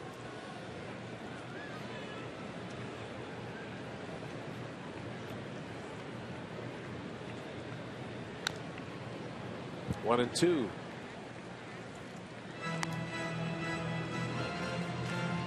Gerardo, rightly so, has been in serious trade rumors going out there. A lot of teams would love a bat like Parra's. A lot of contending teams. Trade deadline at the end of this month, July 31st. He's having his best year as a pro. Slaps that one into left field. That's fair. And it bounces off the sidewall. Played well by Perez. And now he bobbles it. And now Peterson's going to try to score. The throw from Simmons. He is out at the plate. That's the wrong guy to run on. Andrelton Simmons. The inning ends at home plate. 4-2. Brewers trail by 2.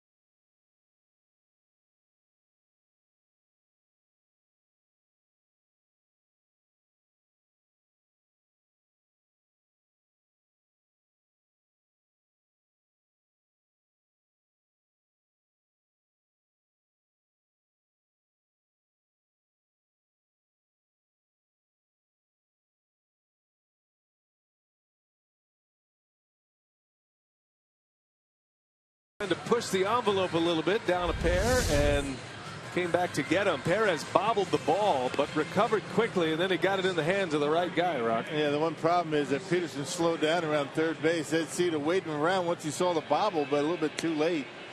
If Peterson doesn't slow down, I think he's safe, but tough call for Ed Cedar. Brewers had the top of the order coming up. You had Jeanette, number 2 hitter, and then Braun.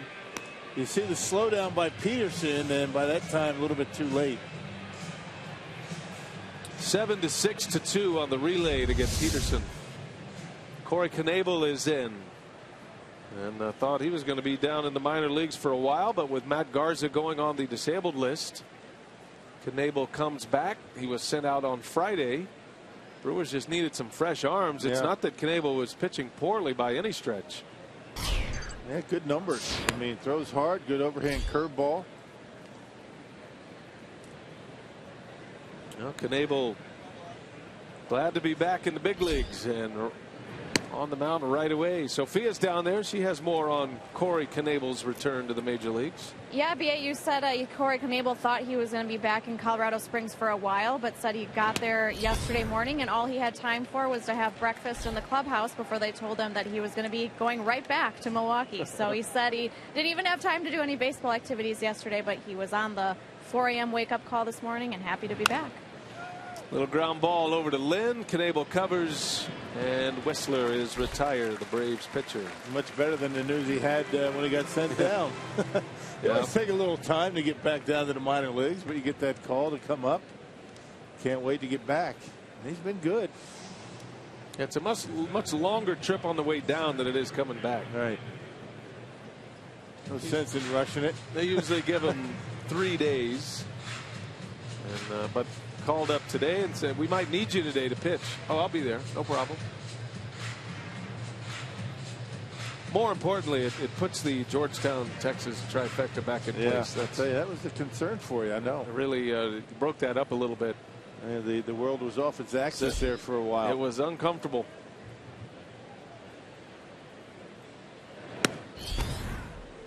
Good fastball in there on Maben.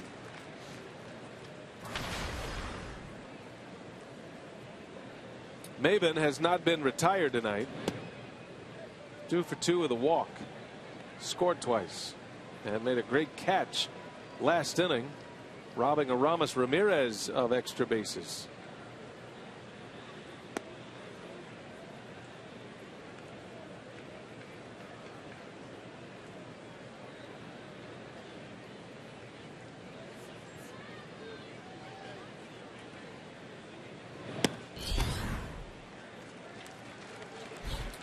Saw our good buddy Joe Prunty, assistant coach of the Milwaukee Bucks. He and his family at the ballpark tonight, spending a little time here at Miller Park. Good to see Joe. When did they get back at it? Called strike on Maben, out number 2. Well, you know, Joe, obviously the Bucks will be getting all their pieces put together and starting in September, but he coaches. He's the head coach of the English national team, so he'll be heading over to England to coach that team.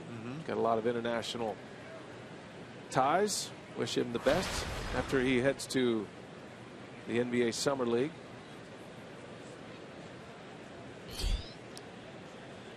Good to have him here.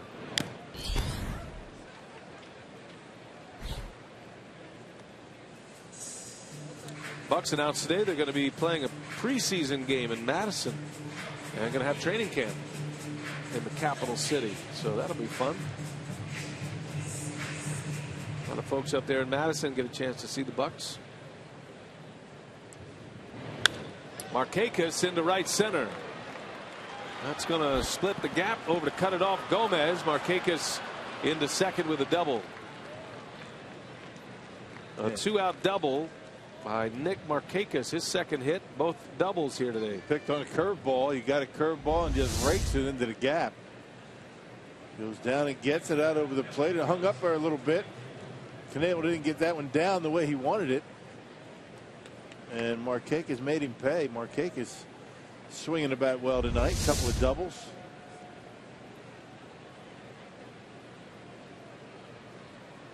And here is Kelly Johnson now.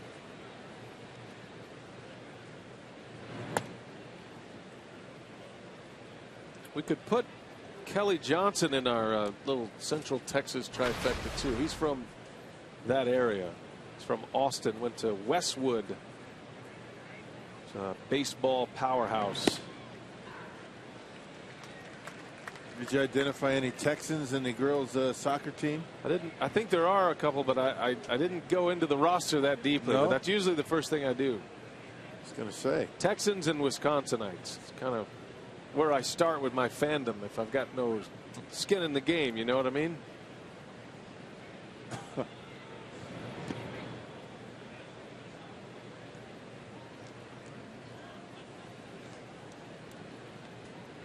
Johnson's had a nice career. First rounder by the Braves.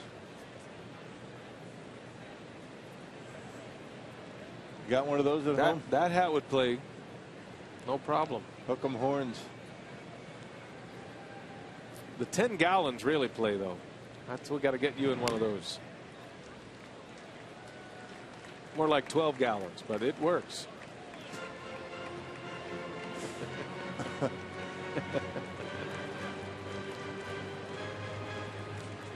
That'll work too. That'll keep the sun off your ears.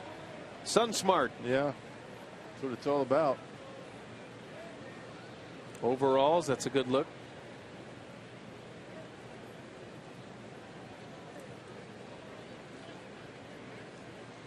Two and two to Johnson. And Knebel misses. Nice and easy, right over the top at 95 miles an hour. You can get it up there to about 96. Straight over the top, but not a whole lot of movement as it gets to home plate. Relies on that big velocity and big overhand curveball. See what he gives him here with first base open. 3-2 on the way. Johnson fouls it off. Back to the hook. Kelly's 33 now. He's got a decade in the big leagues. He was called up in 2005.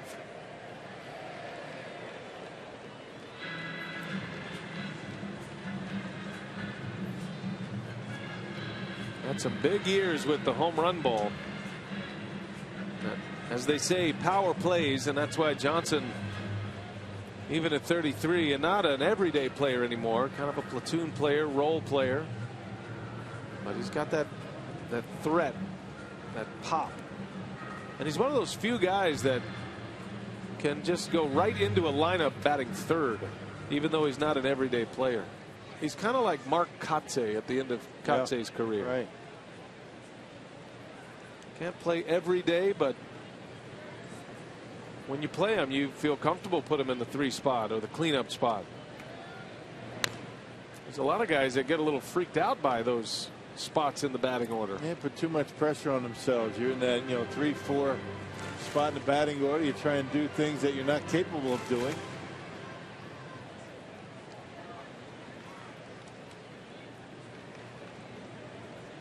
Full count with a runner at second. Knebel trying to get the Brewers back to the dugout, down only 2. And he missed inside. Johnson draws the walk. Long battle between Knebel and Johnson. And now 2 men on, 2 outs. And here is Juan Uribe.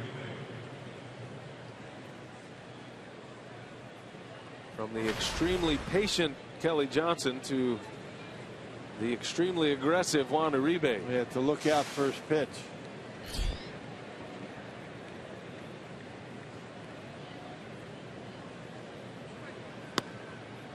Right by him. Good spot. Outside corner with a fastball.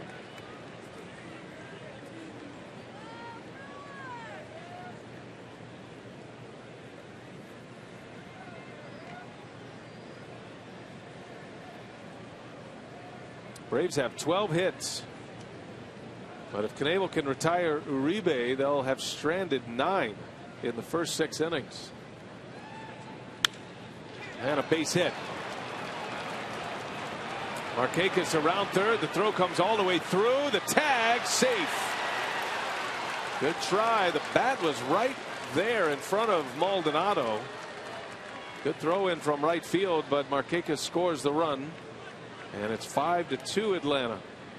And 2 outs, nobody on. Double walk single, and the Braves able to extend their lead. They got the 3-run lead back. Wide turn around third base. But Markakis able to make it anyway. Added a lot of area to where he had to go with that wide turn around the bag. Ryan Braun's throw right on the money. Well, that run hurts. 3 consecutive base runners here with 2 outs. And now Pierzynski with runners at the corners.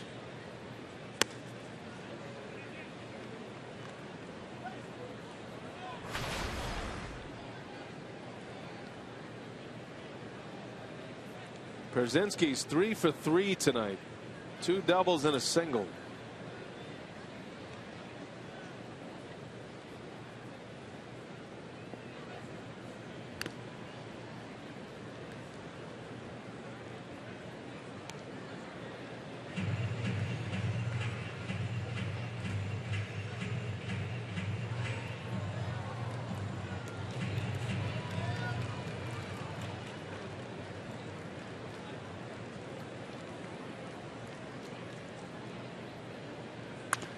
Ground ball. Lynn's got it at the top of his reach.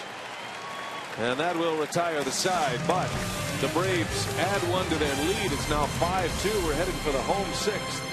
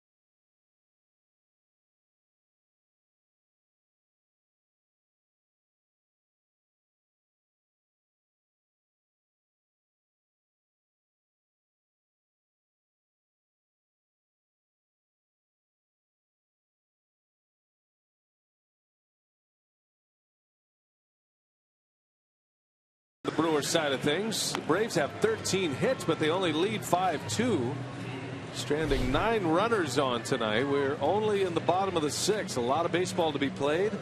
Our Carsoup.com trivia tonight: who led the Braves in home runs and RBIs in their first season in Milwaukee? 1953. Braves celebrating their 50th year, their 50 years in Atlanta. And without the Braves leaving Milwaukee for Atlanta, 65, then you don't have the Brewers.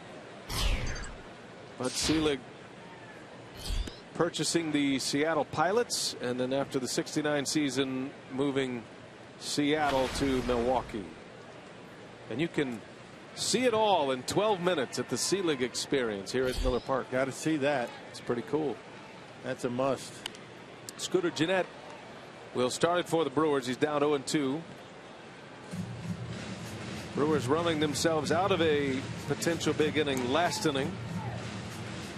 Getting a runner thrown out at the plate to end the inning. Yeah, maybe the only reason you don't send them. I mean, a lot of times you will take a risk with two outs, but you got 2 and 3 coming up in the batting order. Everybody's been swinging the bat pretty well, but the second time that Perez bobbled the ball out in left field in that inning. But he did recover quickly. And Gennett down the right field line. Fair ball into the corner. Markakis will play it. Jeanette into second with a double. So the Brewers starting to get their hits now. That's back-to-back doubles. Parra to end the fifth. Now Jeanette to lead off the sixth. Goes down and gets that breaking pitch that was a hanger. Watch where it ended up, about mid-thigh high. And nice easy swing by Scooter, his first hit. Rips it down that right field line. And the Brewers in business again. They would get a run last inning. Got a modest little hitting streak going, 6 in a row, 10 hits in those 6 games. And here is Braun.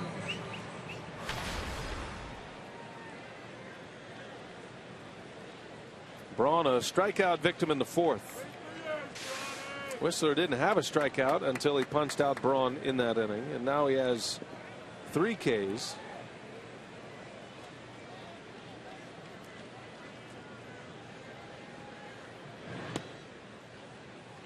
This could be a key at bat right here for both clubs. Activity down in that Braves bullpen. And Whistler 78 pitches. He wouldn't even go much further than that his last time out. 84 pitches for him. Making just his 4th major league start. Braun on the ground, foul. Now, managers are usually more protective of young pitchers. And you start to think about building confidence. And so if a young pitcher, even with a pitch count in the 80s, if he gets into trouble and the game starts to become in question, then a lot of managers will take out a rookie pitcher just to kind of get him out of the spotlight. I'd be curious to see if Braun reaches what Freddie Gonzalez does. Well, and they haven't proven the ability to get out of their own jams. I mean, as the game is going on, middle innings. Veteran pitchers, your guys you can count on. They get into trouble, and you expect them to get out of trouble. And so far, Whistler has not had that opportunity. Well, he's been better in the big leagues than he was in AAA. 12 starts in Gwinnett, AAA. In the International League, had an ERA of 4.29. Gave up a lot of hits at AAA, more than 9 hits per inning, or per 9 innings at Gwinnett. And he gets Braun again. Second time he's punched him out. That's a big out for Whistler. And last time he caught Ryan looking at a curveball for strike 3. This time goes a fastball right by him. Maybe Braun thinking curveball, based on what happened his last time up. So the first out, Jeanette still at second base. Here is Adam Lind. Lind is sitting on a franchise record. He's tied with 3 others. He's hoping to set a franchise record all by himself with an RBI. He's got RBIs in 9 straight games. And he is in an RBI position here with a runner at second.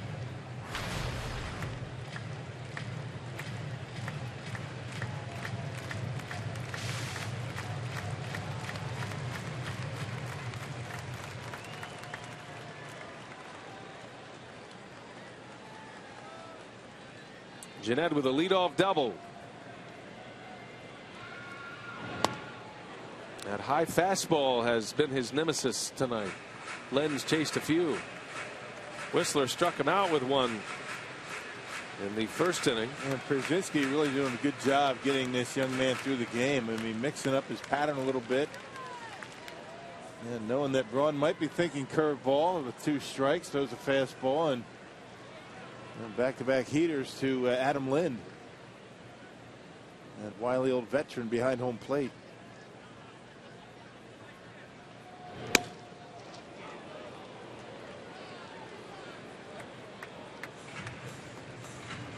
Seen a few things. A.J. Pierzynski, he's got a lot of young pitchers through games before, and he's been doing a good job of that this year, whether he's behind the plate or on the bench. 18 years in the big leagues, Pierzynski. 1-2 pitch. Lynn tops it foul, out of play.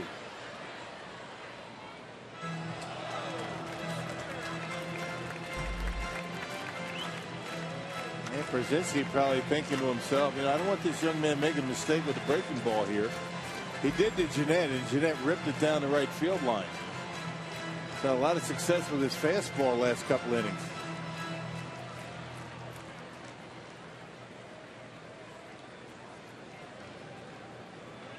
1-2 to Lind. Scooter Jeanette at second base. And a called strike 3. And Lind is barking at the home plate umpire, Gary Cederstrom. You got to be kidding me, that's a strike. Brzezinski picked that one off the dirt.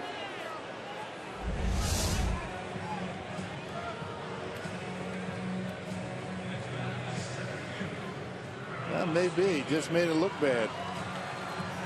Well, you're right. He didn't catch it well, but Foxtrax had it in the zone. Well, there you go. I mean, it's all about, you know, how it looks. It didn't look very good, but I would imagine Cederstrom said he made me look bad right there. So 2 outs now, 6 Ks for Whistler. Here is Carlos Gomez. Jeanette with a leadoff double. He's still at second. Yeah, the idea behind catching a curveball like that, catch it out in front. Once you see the hitter's not going to swing, he can reach out, catch it at the knees. Brzezinski didn't do that. He caught it up against his body where it was almost in the dirt. A lot of times you don't get that call when you catch it like that.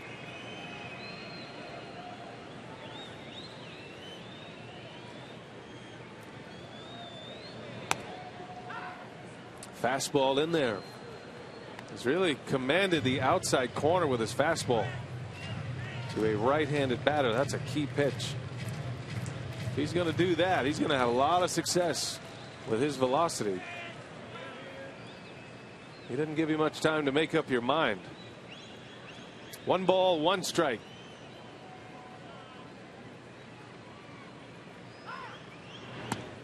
Time is asked for and granted at the last moment by Gomez.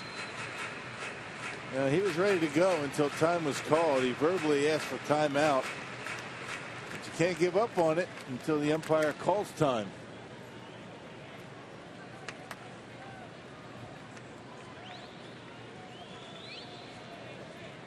So we'll do it again. A 1-1. Gomez, a big swing and a miss.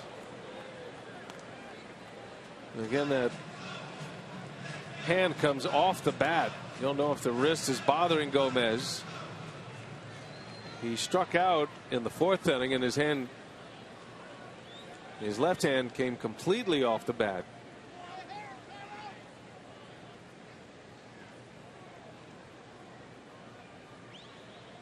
One ball, 2 strikes. And Gomez into right.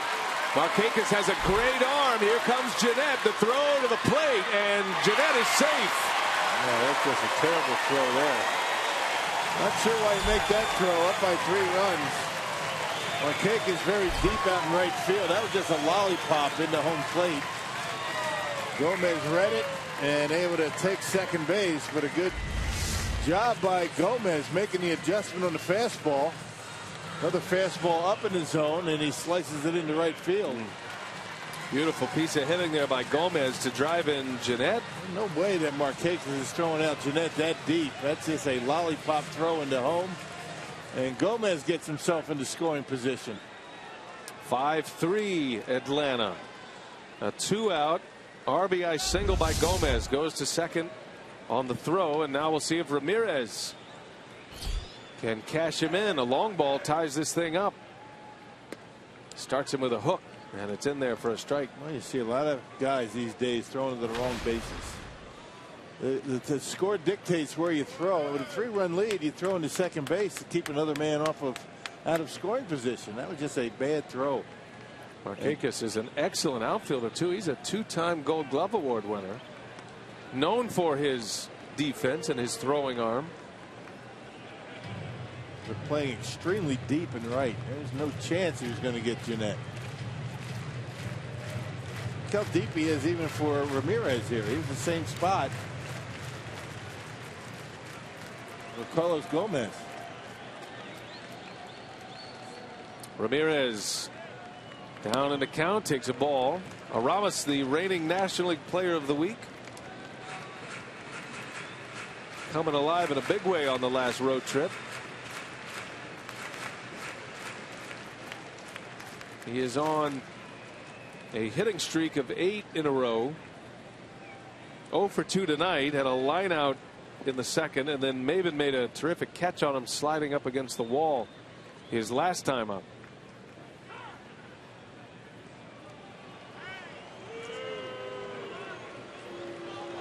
Aramis had 12 hits on the road trip and 11 runs batted in 7 games. Big run to pick up at second base. Gomez, and Ramirez is tied up 1-2 the count. Yeah, 2-seam fastball. I hadn't thrown one of those in a while. 92. Pierzynski's been calling the 4-seamer up in the strike zone. This makes you wonder, though, the pace of this game, Rock. The pitchers, both pitchers, and Los was struggling, but Whistler, he takes a lot of time between pitches. You wonder about the defense in a game like this. It's a lot of standing for the position players out there. Yeah. That's where you can sometimes see a mistake, maybe one that cost you. And again, Ramirez waiting longer than he wants and asked for a timeout. It's just such a difference when there's nobody on and there's men on base. Most every pitcher slows down a little bit, but Whistler really slowing things down here.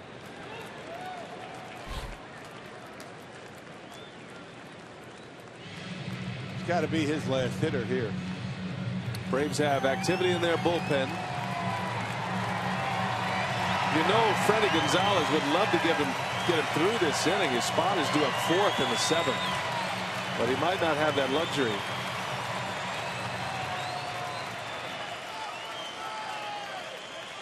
Ardsma is ready in the pen if need be. 2 outs, 2-2 count, runner at second. And Ramirez able to lay off. Full count. Freddie Gonzalez talking to his pitching coach, Roger McDowell.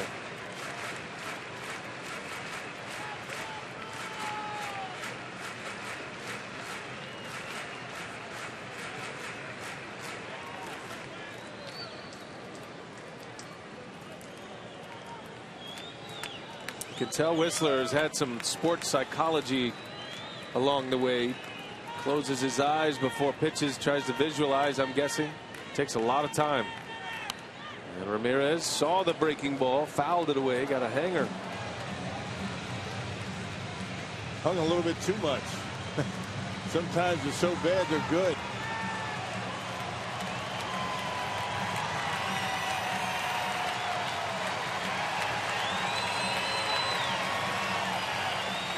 Again, Whistler stepping off and going through the process.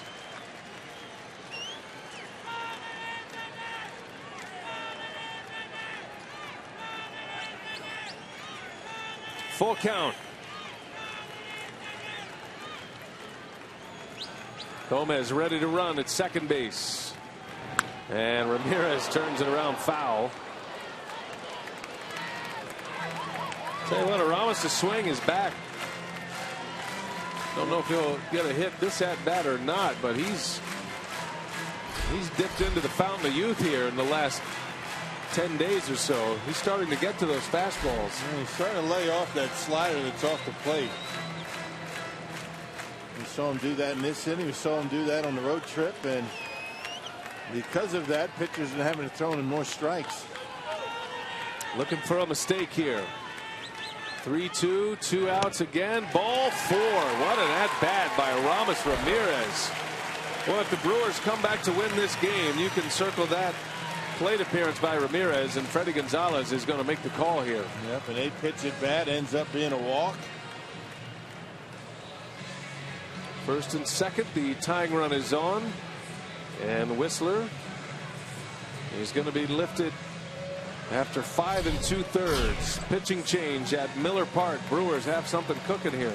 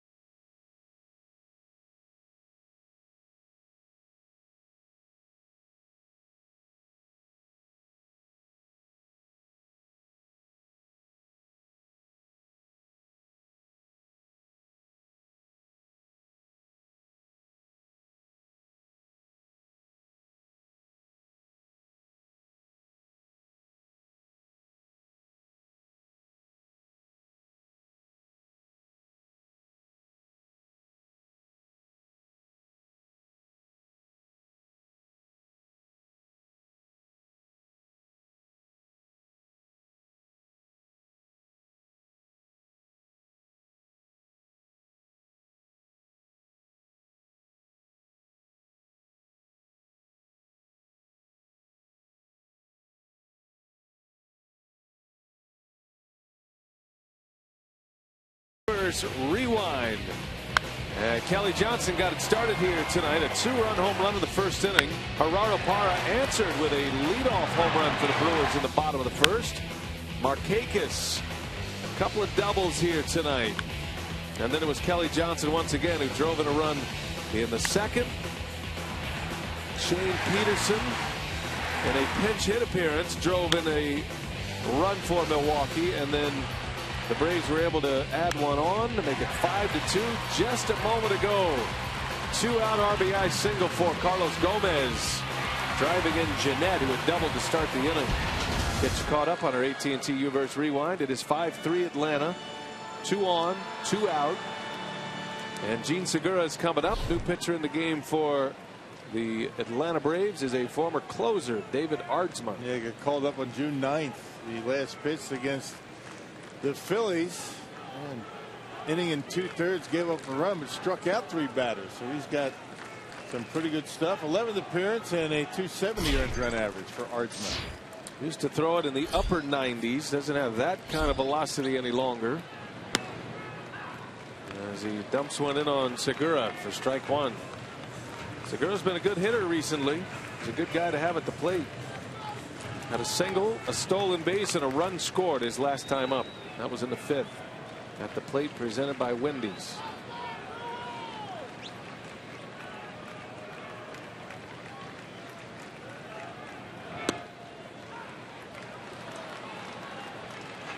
Oh, 2 on Segura.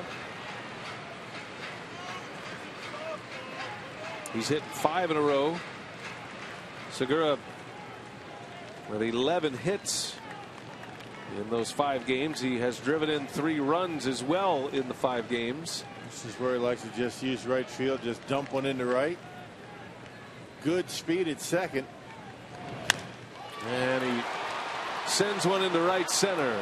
Couldn't quite square it up. The inning is over. Ardsma strands a pair, but the Brewers get a run. It's now 5-3. We are on our way to the 7th.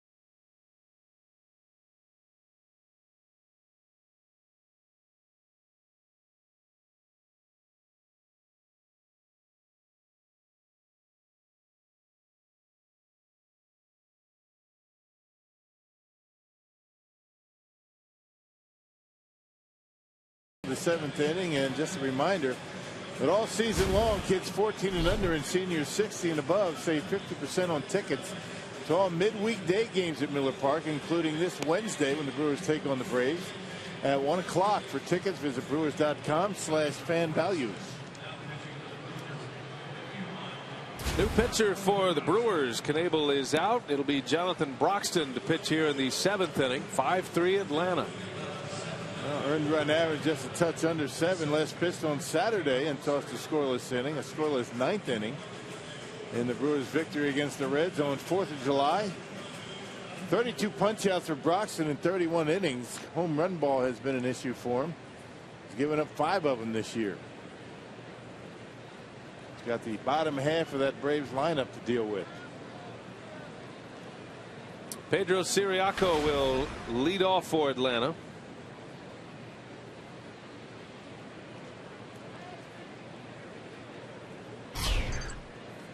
Getting the start for Jace Peterson at second base. Freddie Gonzalez said Peterson would be back in there tomorrow.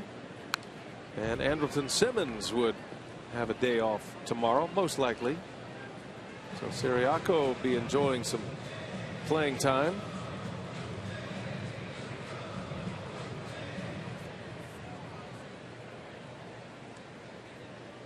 Ciriaco reached on an infield hit in the 5th after lining out in the 3rd. Brewers could use a quick inning. They have not retired the Braves in order tonight. They've had traffic in every inning. Hard hit ball center field right at Gomez for out number 1. So we're talking about time of game, right? Did you see what happened with the Blue Jays and the White Sox tonight? I did not. All right, let me throw the 2 starting pitchers out and you tell me what you think the game time was. Mark Burley for the Blue Jays, Chris Sale for the White Sox. 2 hours and 5 minutes. 1 hour 54-minute game. Yeah. Sale went the distance and got the win. Burley went the distance, took the loss. 1 hour 54 minutes. That's old school. Yeah. How many strikeouts did Sale have? His streak ended tonight. He only had 6. Wow. So yeah, Burley gave up 4 runs but 0 earned runs tonight. Well, the game went to 2 hours. There can't be too many deep counts, right? And you know Burley, he's like the fast break offense of baseball. Yeah, he pitches like he's double parked. There's a base hit. Andrelton Simmons with a single. And yet another base runner for Atlanta. That is their 14th hit of the game. So Chris Sale's streak ends with 8 straight games of 10+ strikeouts. Only one other pitcher has done that in the history of baseball. That would be Pedro Martinez. Sale's amazing. That's another guy that has been talked about in the trade rumors as far as front line starters go. Sale, Cueto, Cole Hamels. Yeah. Those are the guys. Ehire Perez now for Atlanta. And Chris Sale made the American League All-Star team. No doubt. Kind of a changing of the guard in the American League and those starters, huh? Dallas Keuchel, Chris Archer, Sonny Gray. Keuchel might be the starter, right, as good as he's going this year for the Astros. The smooth lefty. Picking the National League starter is going to be a challenge for Bruce Bochy. There's a bunt. Broxton makes the play to first, no problem. Perez is out. Second out of the inning. I assume they'll score to sacrifice. And a runner at second. Don't forget to tweet us your strongest fan photo. Use hashtag WisDataStrongFan, and you just might see yourself in an upcoming broadcast. It's brought to you by T-Mobile. Pinch hitter for Atlanta, Joey Turdoslavich, will hit. Ardsma is out, just one batter faced. Got out of an inning with 2 on. Turdoslavich has been in the minor leagues. He's playing in just his 14th game.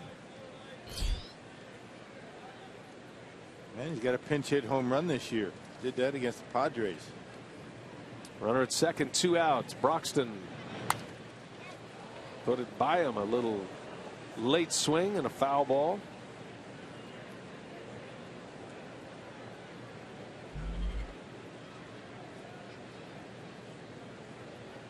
And a pinch hit home run against San Diego, his first career home run.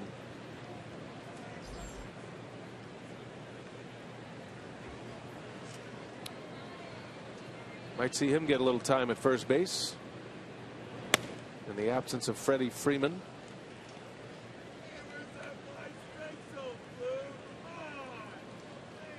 Big dude, 6'2", 200 pounds.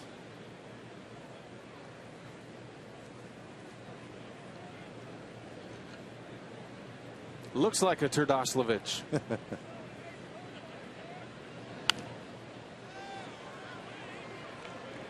He's been late twice. That time on a slider, 1-2 the count. That pinch hit home run for his first career homers, the first Braves to do that since Freddie Freeman did it back in 2010. I didn't remember that Freeman's first home run was as a pinch hitter, as a September call-up.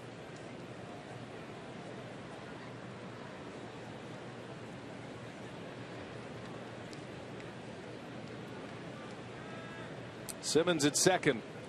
1 ball, 2 strikes. Good block back there by Maldonado. Yep, Broxton put it exactly where Maldi wanted it, down in the dirt, tapped the dirt, set the target low, and put it right there.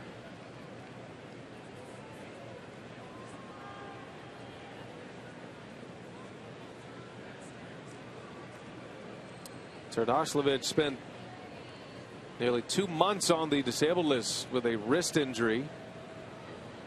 Activated him in early June, and he went down to the minor leagues to AAA. He's been back a little over a week. And a call. Strike 3. Broxton with the slider. Good pitch. Scoreless inning. 5-3 Atlanta. The Brewers are coming up. It's stretch time in Milwaukee.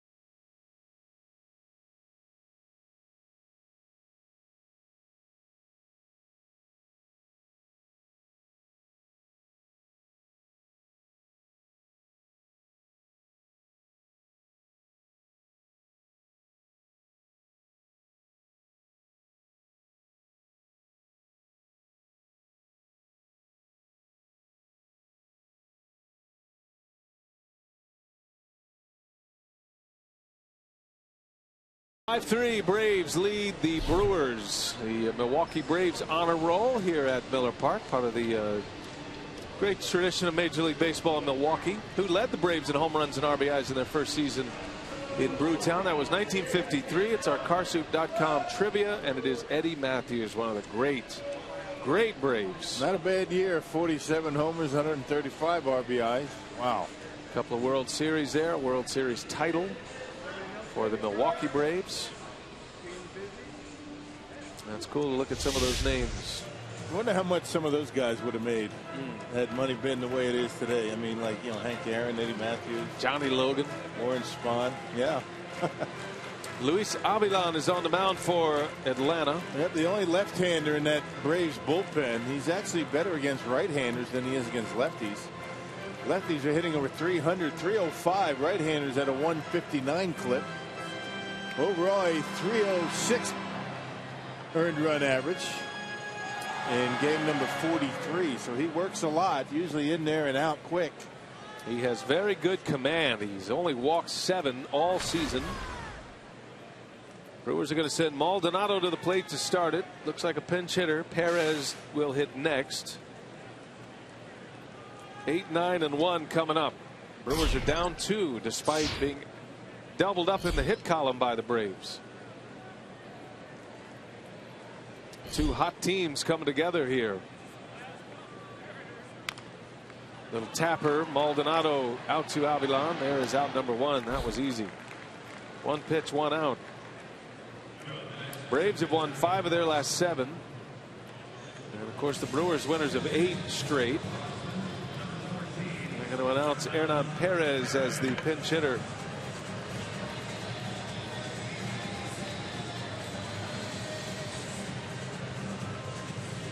Tale of two seasons for these teams. The Braves weren't expected to do much, expected to rebuild. They're just 2 under 500, and they're in the picture in the wild card race, if not even the division. They're 6 back of the Nationals, who lost tonight. Reds beat them 3-2. So they could get within 5 in their division. Brewers had high expectations. Got off to that dreadful start, winning just 9 games in the first 25. Managerial change, and have only just recently started to catch fire, winning 8 straight. And 4 straight series. So it goes, a little bit beyond, the 8 consecutive wins. They started to play some pretty good baseball a while ago. Brewers are still 12 games under at 36-48. Perez waves and misses. Good off-speed pitches by Avilan. Change-ups, curveballs. He's got a 2-seam fastball, low 90s fastball. Really good off-speed stuff, but very rarely, if ever, gets behind the count. Doesn't walk many. Perez as a pinch hitter is 3 for 5. He's really swung the bat well. This is a success story thus far after a little over a month with the Brewers. Brewers got him in a waiver claim from the Tigers. He's been impressive. His batting average after 28 games with the Brew Crew is .356. Took him a while to get his first hit. I guess you're sitting on the bench in Detroit. Didn't get a lot of playing time initially. He caught fire. 1 ball, 2 strikes. He's got an OPS a little over 850. He's hit for more power. He's got more doubles. He's still looking for his first home run as a big leaguer. But he's had some doubles. Had a 9-game hit streak that ended on the road trip.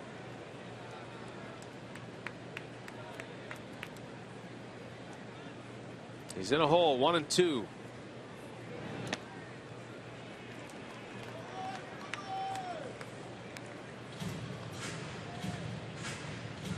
They have closed up the panels here at Miller Park. It's raining hard outside. And this place, it's a good thing. It hardly ever rains when the Brewers are home. Put some water on the rocks, as they say. Does it rain every day when the team's here? Beautiful weather when we're gone. As soon as we get back, it rains. Tell you, the ball's going to fly right now. As hot as it is inside Miller Park. And into center field, off the end of the bat, closing his Maven, lays out, can't get it. Bounces free. Perez on his way to second. The throw is late. Belly flop slide and a hustle double. Hernan Perez keeps it going. Well, I'm not sure if that was the right move by Cameron Maven. Hey, give up the single, you keep the double play in order. And he dives for it. Bounces away from him, and you see Perez able to get into second base. Not sure if that was the right play there. Went after it, and it cost him an extra base. How to bring the tying run to the plate. Perez is now 4 for 6 off the bench. That is his 6th double as a Brewer. And here comes Gerardo Parra. Brewers have been knocking at the door. The Braves have been able to squash a few rallies. Milwaukee ran themselves out of a potential big inning in the 6th with a play at the plate, or beg your pardon, in the 5th.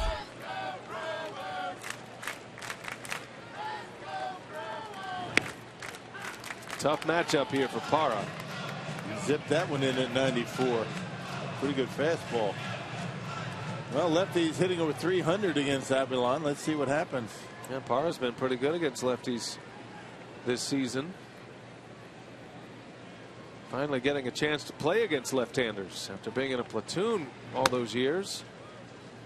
A lot of left-handed pitchers, don't use maybe their best pitch, a change-up against other left-handed hitters. So you take that pitch away from Avilan and he becomes hittable. I remember Manny Parra had that problem and all of a sudden started to throw his splitter, his change-up to left-handed hitters and started to turn things around a little bit. 1 ball, 1 strike on Parra. Got Perez at second base with 1 out. And that one's in there. Strike 94 with the fastball. These two have a little history against one another. Parra facing Avilan. 16 career at-bats against him. And he is 5 for 16. He's got a .313 batting average. Has 1 RBI. Avilan has struck him out on 3 occasions. He's got him in a hole 1 and 2. And he misses 2 and 2. Yeah, not throwing those same off-speed pitches to Parra that he was to Maldonado and Perez. It changes his approach completely against left-handed hitters. Got another lefty coming up, Scooter Gennett. 2 and 2 the count.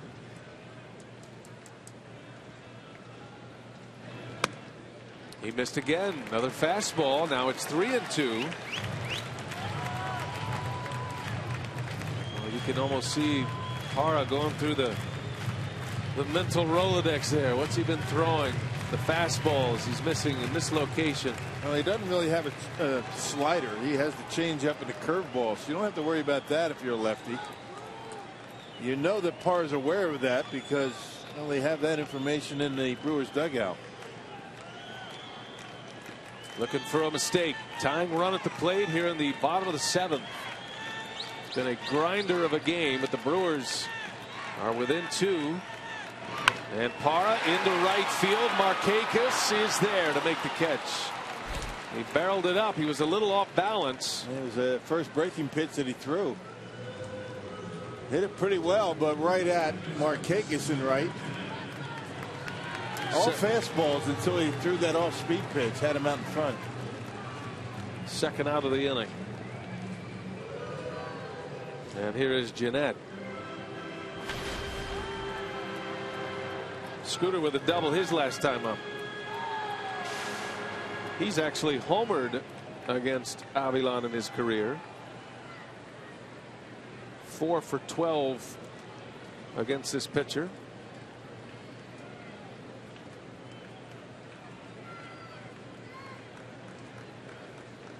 Perez with a pinch hit double. He's at second. And Gennett trying to turn on one early in the count. Fouls it away.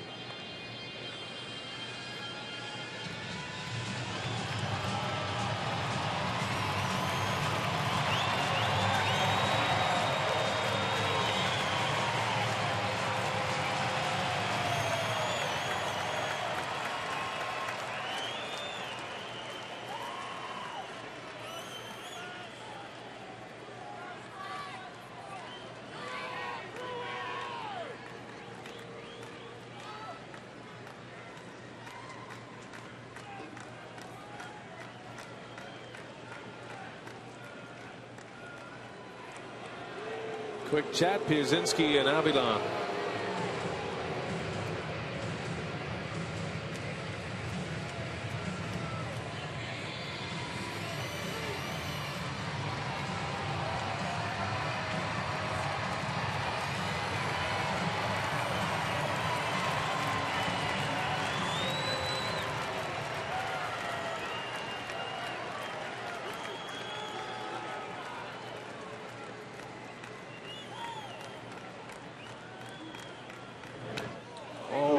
That hit him. That was a swing, but that pitch hit Gennett.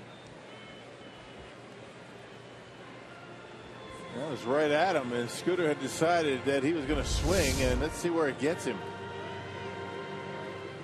Oh yeah, right on the hip, on the left hip.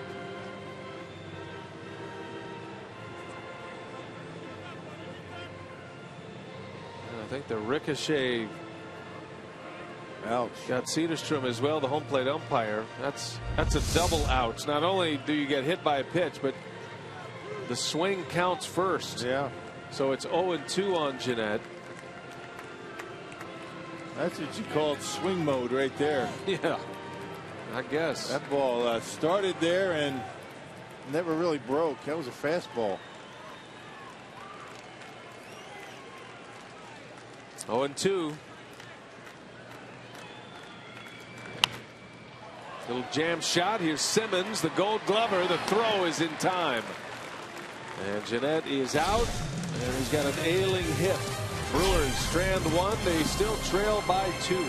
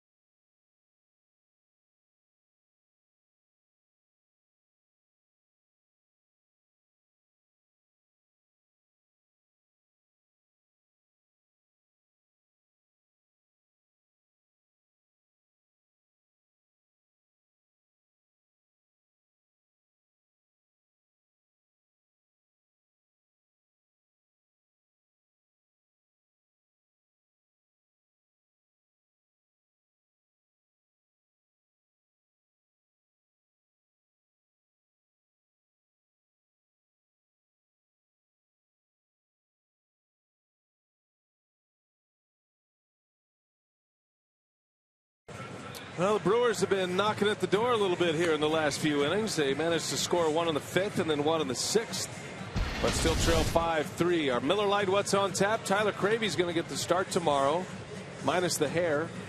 He will start for Matt Garza. Garza on the disabled list earlier today with a shoulder injury, tendonitis, and the lefty Manny Banuelos, who has been outstanding all through the system of the Braves, and then in his first start, the former Yankee prospect. So Banuelos against Cravey, a couple of guys that are trying to put some roots down in the big leagues. We're on the air at 6:30 tomorrow for Brewers Live, our Miller Lite What's on Tap. Hernan Perez will stay in the game to play second base. Jeanette is out, and Neil Kotz will come on to pitch. So you see Kotz's numbers, 35th appearance, and earned run average continues to head south for him. 374 the earned run average for Kotz. Last pitched in Cincinnati in yesterday's ball game. Tossed a scoreless 9th inning.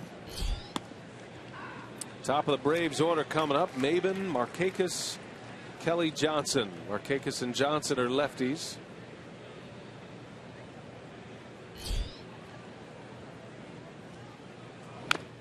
Ouch. Right in on his hands. So if he is down there, I'm certain that Counsell would have made the double switch with Jeanette anyway, but he was hit by that pitch on that swing. So if there's any injury news to report, she'll be on it. But it does make sense with Jeanette making the last out that the double switch would come there.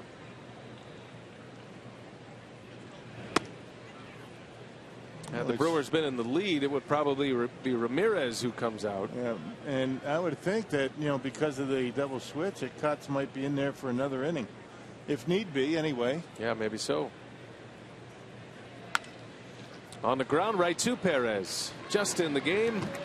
The ball will find you, and Perez makes a play for the first out. Hey, join Mark and Debbie Atanasio for a special Inside the Brewers Q&A session this Wednesday, July 8th. At 7 o'clock, as the Brewers owners give you a behind-the-scenes look at the Brewers family. Only 250 tickets are available for this exclusive event. To reserve your spot, visit JewishMuseumMilwaukee.org. Hosted by Brian Anderson. Oh, that's me. That's going to be fun. Big show planned, Rock. Big show. Going to get into some information we've never heard. I hope.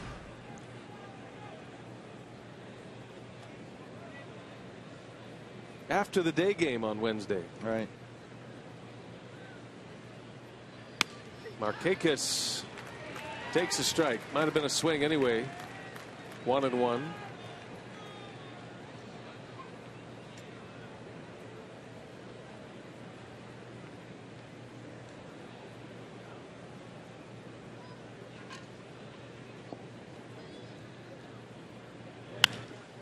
In the air to left.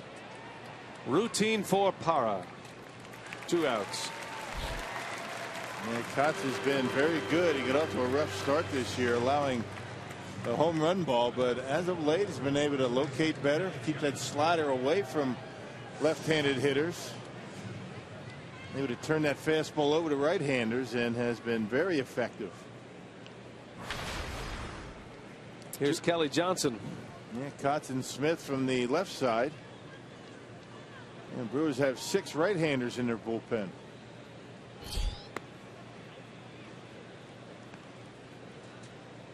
Two outs in the inning. Johnson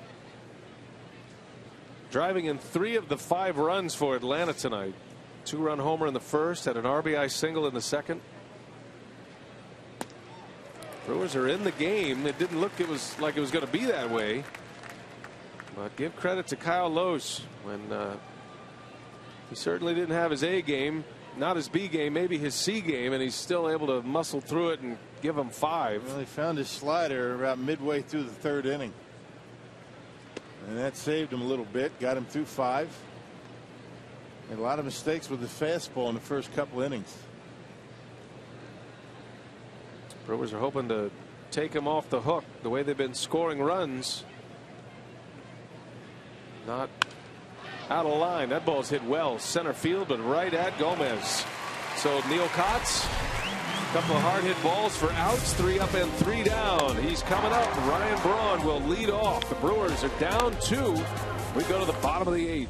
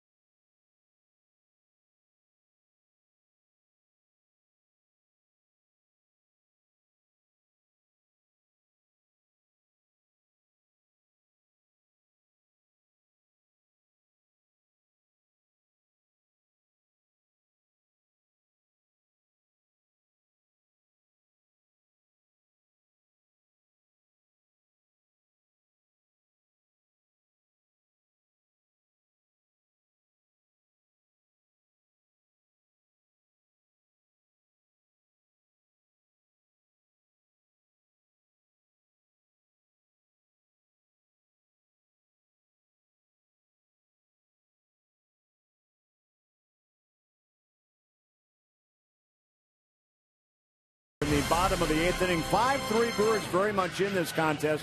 We're getting set for Brewers Live postgame coming up in just a couple of moments. But tell you what, Davey, this Brewer team, an 8-game winning streak. You got to win some of these late games along the way, too. They've learned some things, haven't they? That's right. You know, they've been swinging the bats and had great approaches. But tonight, they've got this inning right here. They've got the meat of the order coming up. So hopefully they can get something going. The Braves have been in front since the beginning, but Milwaukee very much in this one. We got Brewers Live postgame coming up. We'll see if the winning streak continues. Ryan Braun set to get things going here. Brian? All right, Craig, thanks. I'm with Davey. This is the inning to do it.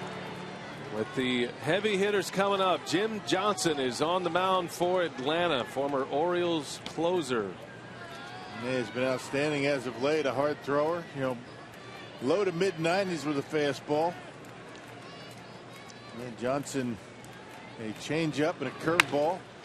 Braun hits it sharply, but on the ground right to Simmons, and there's out number one.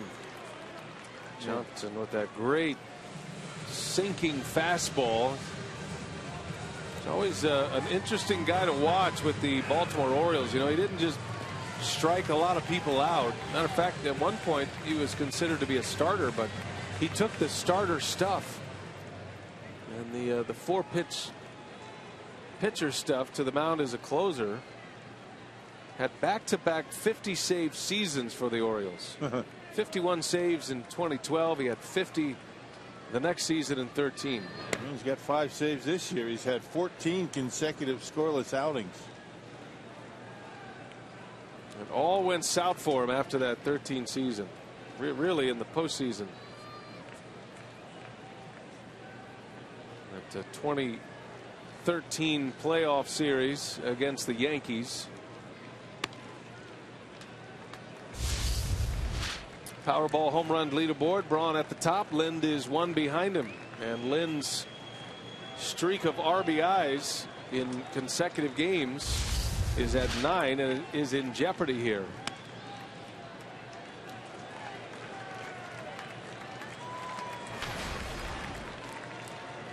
And Johnson being pretty careful with him here. 3-0 count. There's a strike.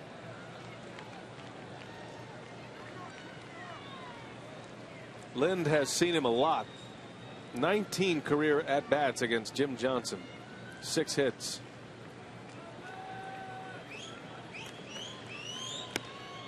Three and two.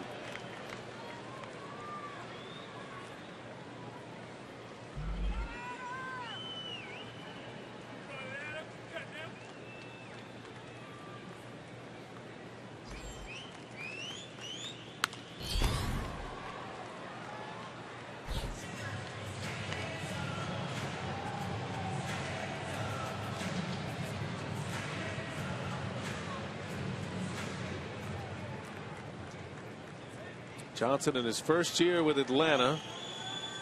Split time between the A's and the Tigers last year. Well, he's reaching 96 miles an hour. Yeah, where's that all the way back? Where's that coming from, right?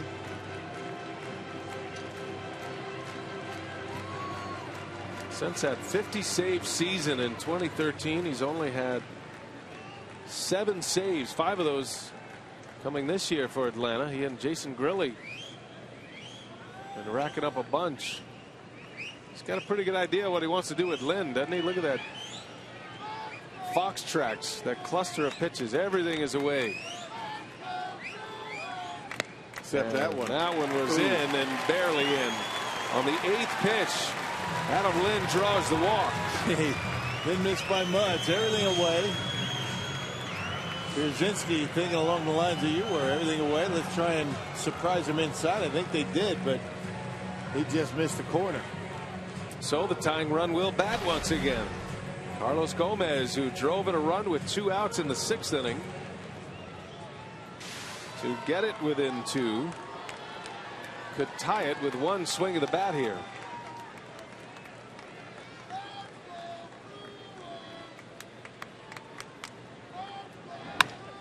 And back up the middle, standing on the bag is Siriaco. The throw to first in time. A double play. Wow. Johnson wisely lets it go. And it turns into a 4-3 double play to end the inning. What are we doing here?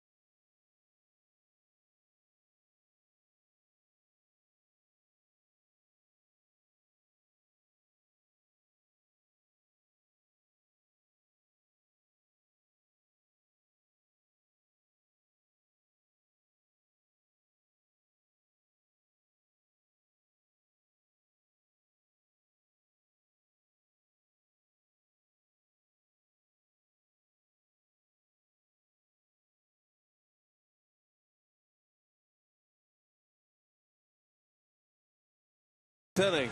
Atlanta jumped out early, and they've been able to maintain their lead. Neil Kotz is back out there.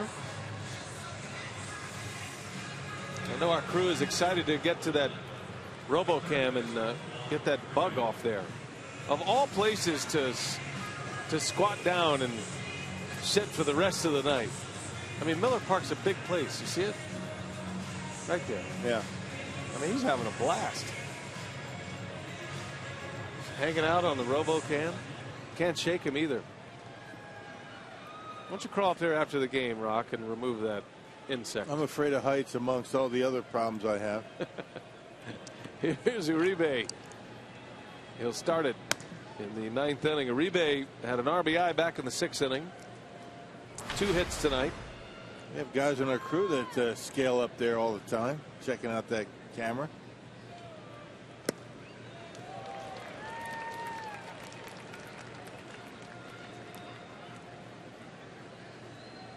I know they've been trying to shake him. You can't shake him.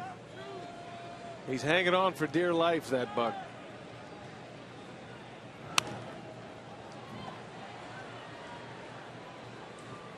It's one of my favorite cameras, though. I got to be honest. The RoboCam. Yeah. The camera is operated. That's it. There he is. Look at him.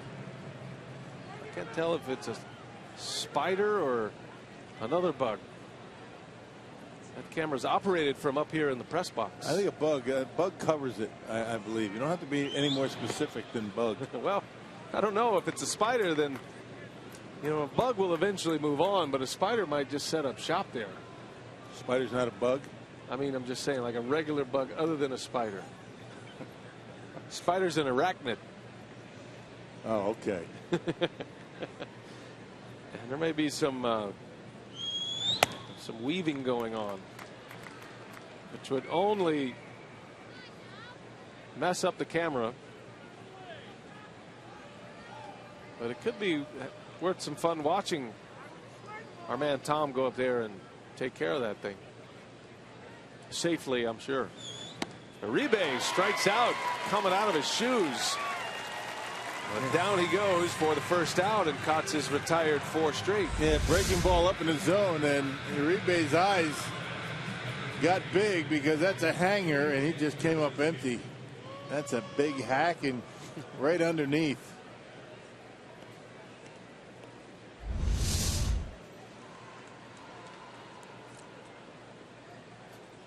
First strikeout for Kotz.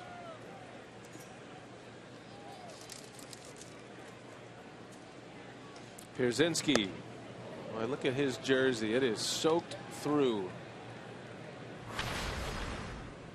38-year-old catcher on a hot, humid night inside Miller Park with everything closed up, with the rain falling.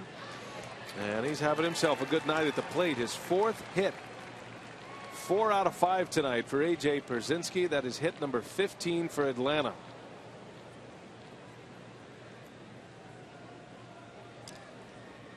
Yeah, stays right on. He's always been pretty good against left-handers. And Kotz didn't put that one where he wanted it. He wanted it away, left it in, and Pierzynski hit it hard into right.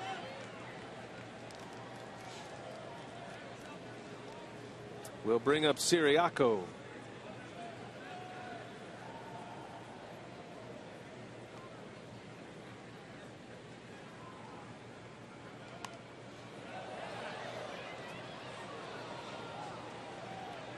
Brewers have used 4 pitchers tonight, and if they can get to the finish line with only 4 used, that'll be a bonus for tomorrow. One day leads to the next. The fact that Loesch, who was probably a batter away from being taken out of this game in the 2nd inning, ends up going 5. Gave up all 4 of his runs in the first 2 innings. Knebel worked an inning. Broxton a scoreless inning. Shattered bat, and Lynn's got it. Throw to second, just in case. Almost threw it into left field. Second out of the inning with the slow running Pierzynski. Thought he'd take a shot at it. Yeah, you're not going to be able to turn double play the other way. Siriaco can get down that line.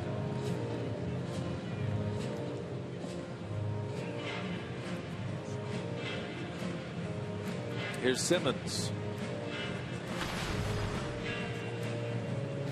Matt Whistler is in line for the win for Atlanta. The rookie went 5 2/3, 7 hits, 3 runs. Brewers were able to score in the last 2 innings he pitched, the 5th and the 6th.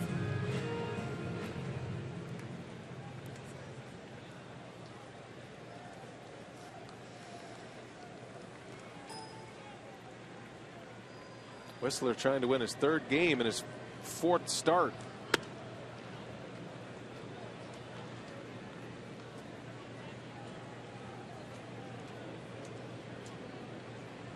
Andrelton Simmons had a hit his last time up, 1 out of 4. And a down year for him offensively. Whatever you get is a bonus, because he's about as good as it gets at the shortstop position. Yeah, 3 errors in 80 games this year. Not bad as shortstop. One of the big moments in the game came on a Simmons throw to the plate on a relay that cut down Shane Peterson for the final out of the inning. That was in the 5th.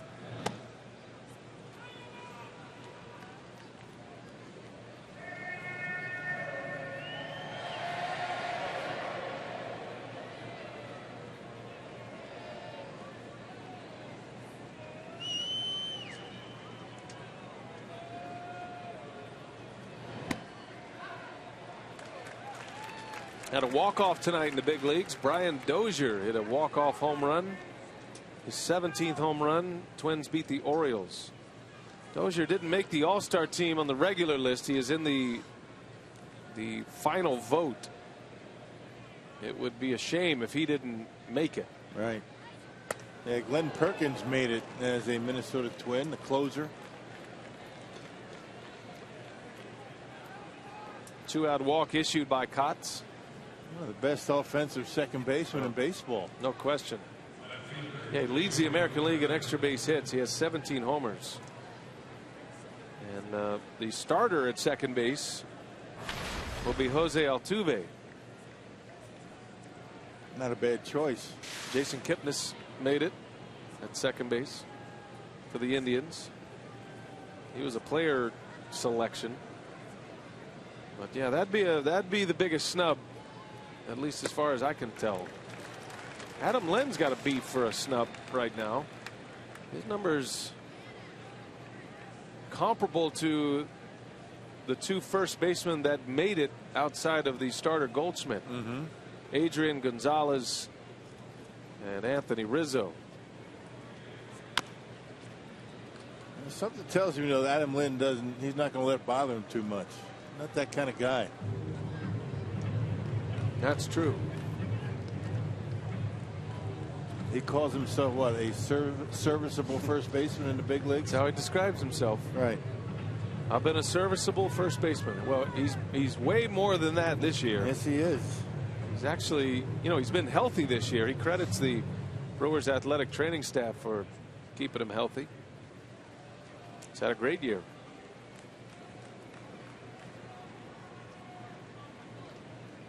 No balls, 2 strikes on Perez. Braves left fielder. Look out. Look out. That was a late swing. Those are scary. And the players, they all feel it. Yeah. It all goes through their mind, and he's checking in. I think somebody got hit squarely down there.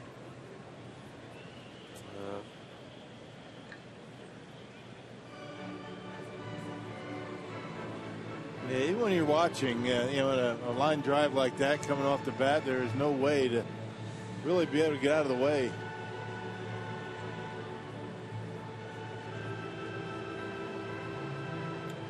And they give it a little time here. What they don't want to do is continue to play and run the risk of another foul ball while the medical personnel are there tending to the fan. I just feel horrible. Everybody feels horrible when this happens. Yeah. Nothing you can do about it, though. Still feels bad when it comes off your bat. That's the next thing in baseball. Screens over the dugouts. Yeah. That's got to be the next thing that's going to come about, whether you like it or not. Got to protect the fans. I mean, these new stadiums, you're right on top of play. And even when you're watching, as I said, some of these bullets coming in there, you just no chance to get out of the way.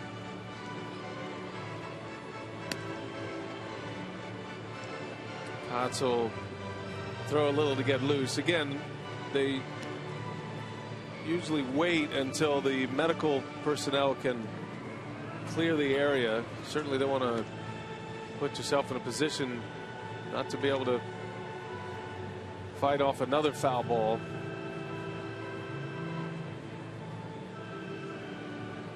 And we want to protect the identity of the injured fan down there. It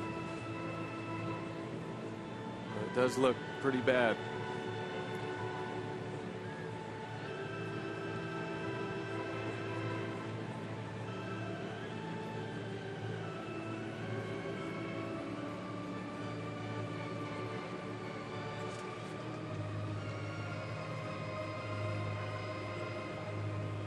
Emergency personnel quickly responding.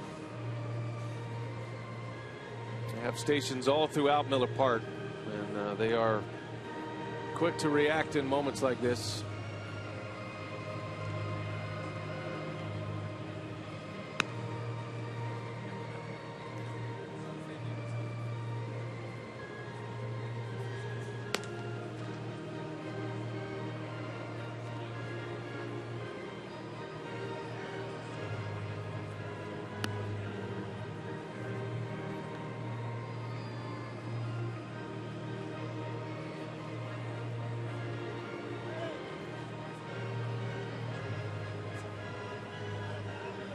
Now we're here with a 2-strike count. If you're just picking us up wondering what's going on, there's a fan who was hit by a foul ball off the bat of Eury Perez, and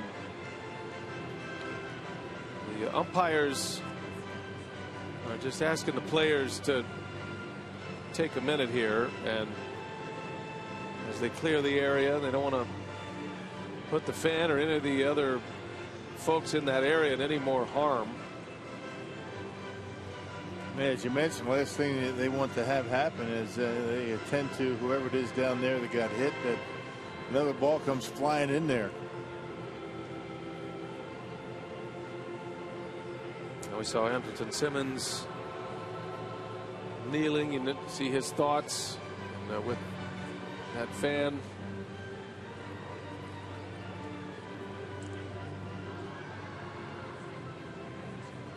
These are the worst moments right here. And you feel bad for Perez as well. You know, it's shaking him up a little bit. He's the one guy that sees it all the way too, because he fouls it off. He follows the ball, and he knew right away.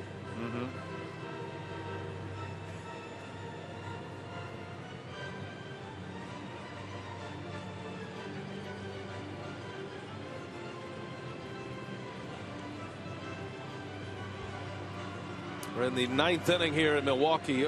0-2 is the count with 2 outs. But we are in a delay here as a fan was hit by a foul ball.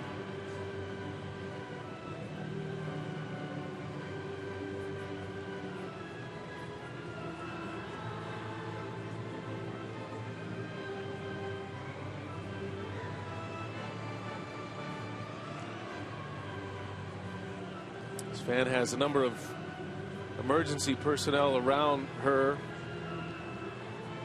Maybe 6 or 7 police officers are there.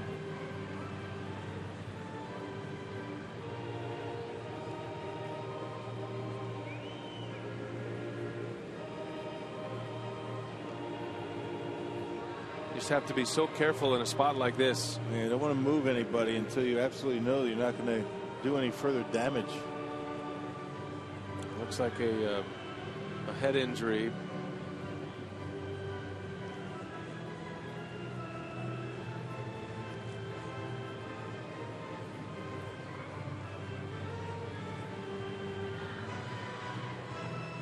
It looks like they're trying to get in position to be able to take the fan away. So obviously unable to go out under her own power.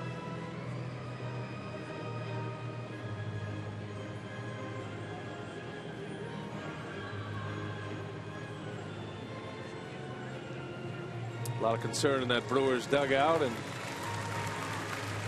well, she's on her feet here.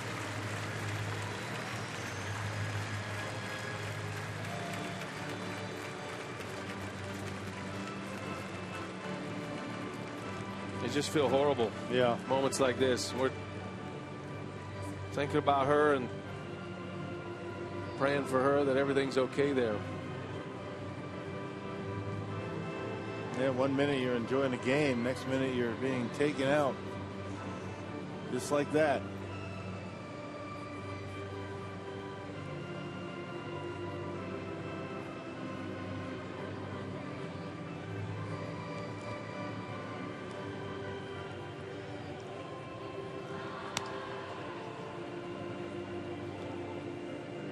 And you wonder what's going through his mind as well, Yuri Perez.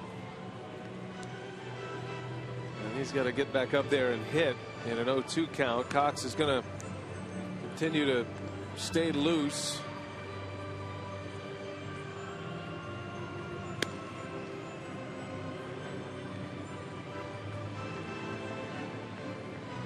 Hope we'll be able to pass along some information. Don't know if it would become available or not by the time we leave the air, but they're able to lift her out, and we hope everything will be okay.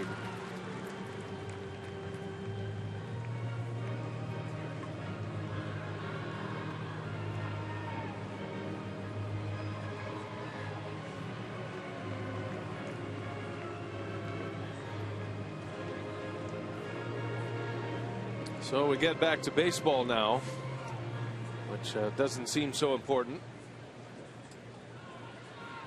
Pick it up with an 0-2 count, 2 outs in the inning. Braves have runners at first and second.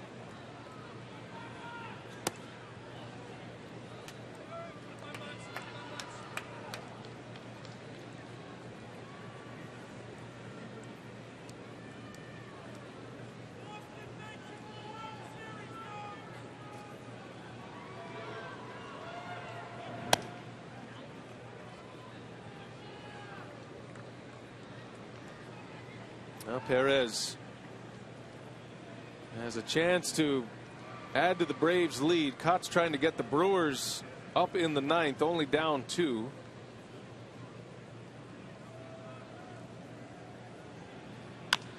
And a little tapper. Cots will play it to first, and the inning is over. So we go to the bottom of the 9th. Brewers coming up, last call, and our thoughts are with the fan who left the game a moment ago.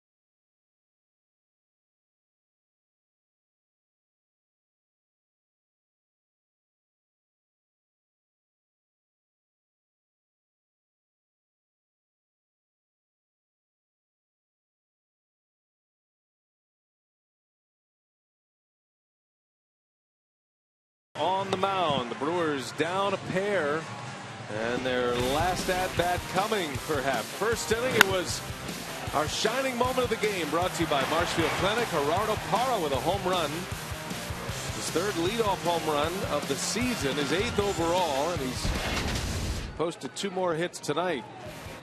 Now the Brewers will have to deal with Jason Grilli, who is almost perfect this year. 22 out of 24 in save opportunities. He has got his closer's role back, and he is thriving in that role with Atlanta this year. Yeah, pitched yesterday in a non-save situation, a scoreless inning. 3 strikeouts in that appearance yesterday. As you mentioned, good numbers for Grilli. He bounced around a little bit. 34th appearance and a 3-3 record with a 284 earned run average. Look at the strikeouts for Grilli. 42 strikeouts and just shy of 32 innings of work. Ramirez will lead off. He'll be followed by Segura, and then Maldonado's spot would come up. Might see a pinch hitter there. Braves have out-hit the Brewers 15-8, but they have stranded 12 on base. If the Brewers do come back in this 9th inning, this will be one of those snatch 'em back wins, and I'm sure the Braves would talk about all of their opportunities to add to their lead. They had a chance to deliver a number of knockout punches here tonight. Yeah, Grilli with that fastball in the low 90s. He's got a slider to go with it.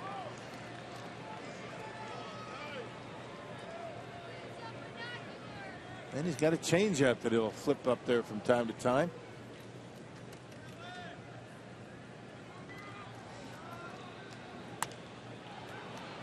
A little pop up into shallow right. Back is Siriaco. He's got it for out number 1.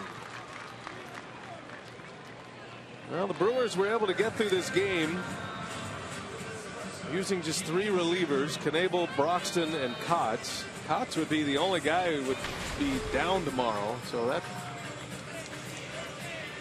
is a little bit of a silver lining in that the way it was looking early could have been a bullpen busting kind of night. Right. But give credit to Kyle Loesch, who got it together, found something enough to get him through 5 innings tonight. Yeah, bullpen allowed just 1 run. That was Corey Knebel. Segura.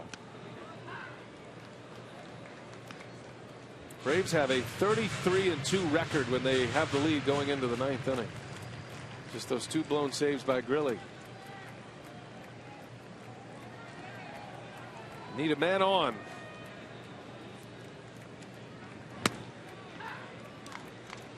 Looks like Lucroy will hit next. He's already moved on deck. It's a pinch hit for Maldonado. You'd love to give him a swing with a man on base.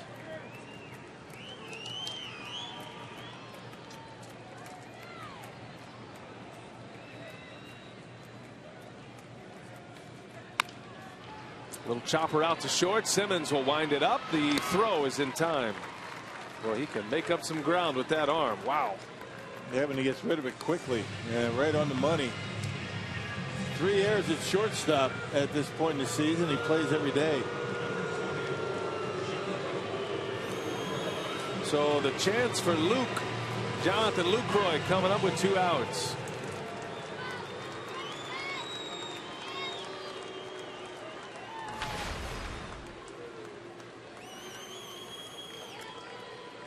Lucroy coming off a very good road trip. Hit .429 on the road trip. 12 for 28. Started all but 1 game. Drove in 4 runs in the 6 that he played. Brewers are an out away from their 8-game winning streak being snapped.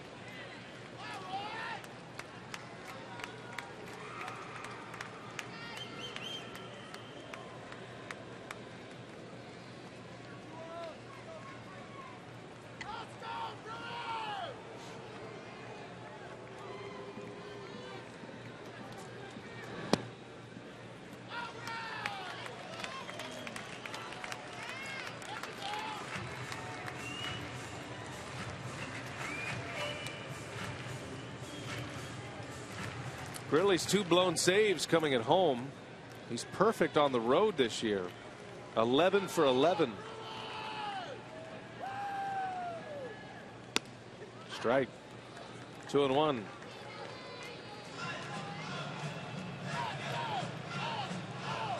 "38 years old." Talk about a guy that rejuvenated his career, huh? Couple of times over. Yeah. Was a key part of the Pirates getting to the postseason. Lost that closer's role to Mark Melancon. Billy was traded to the Angels and now ends up here in Atlanta.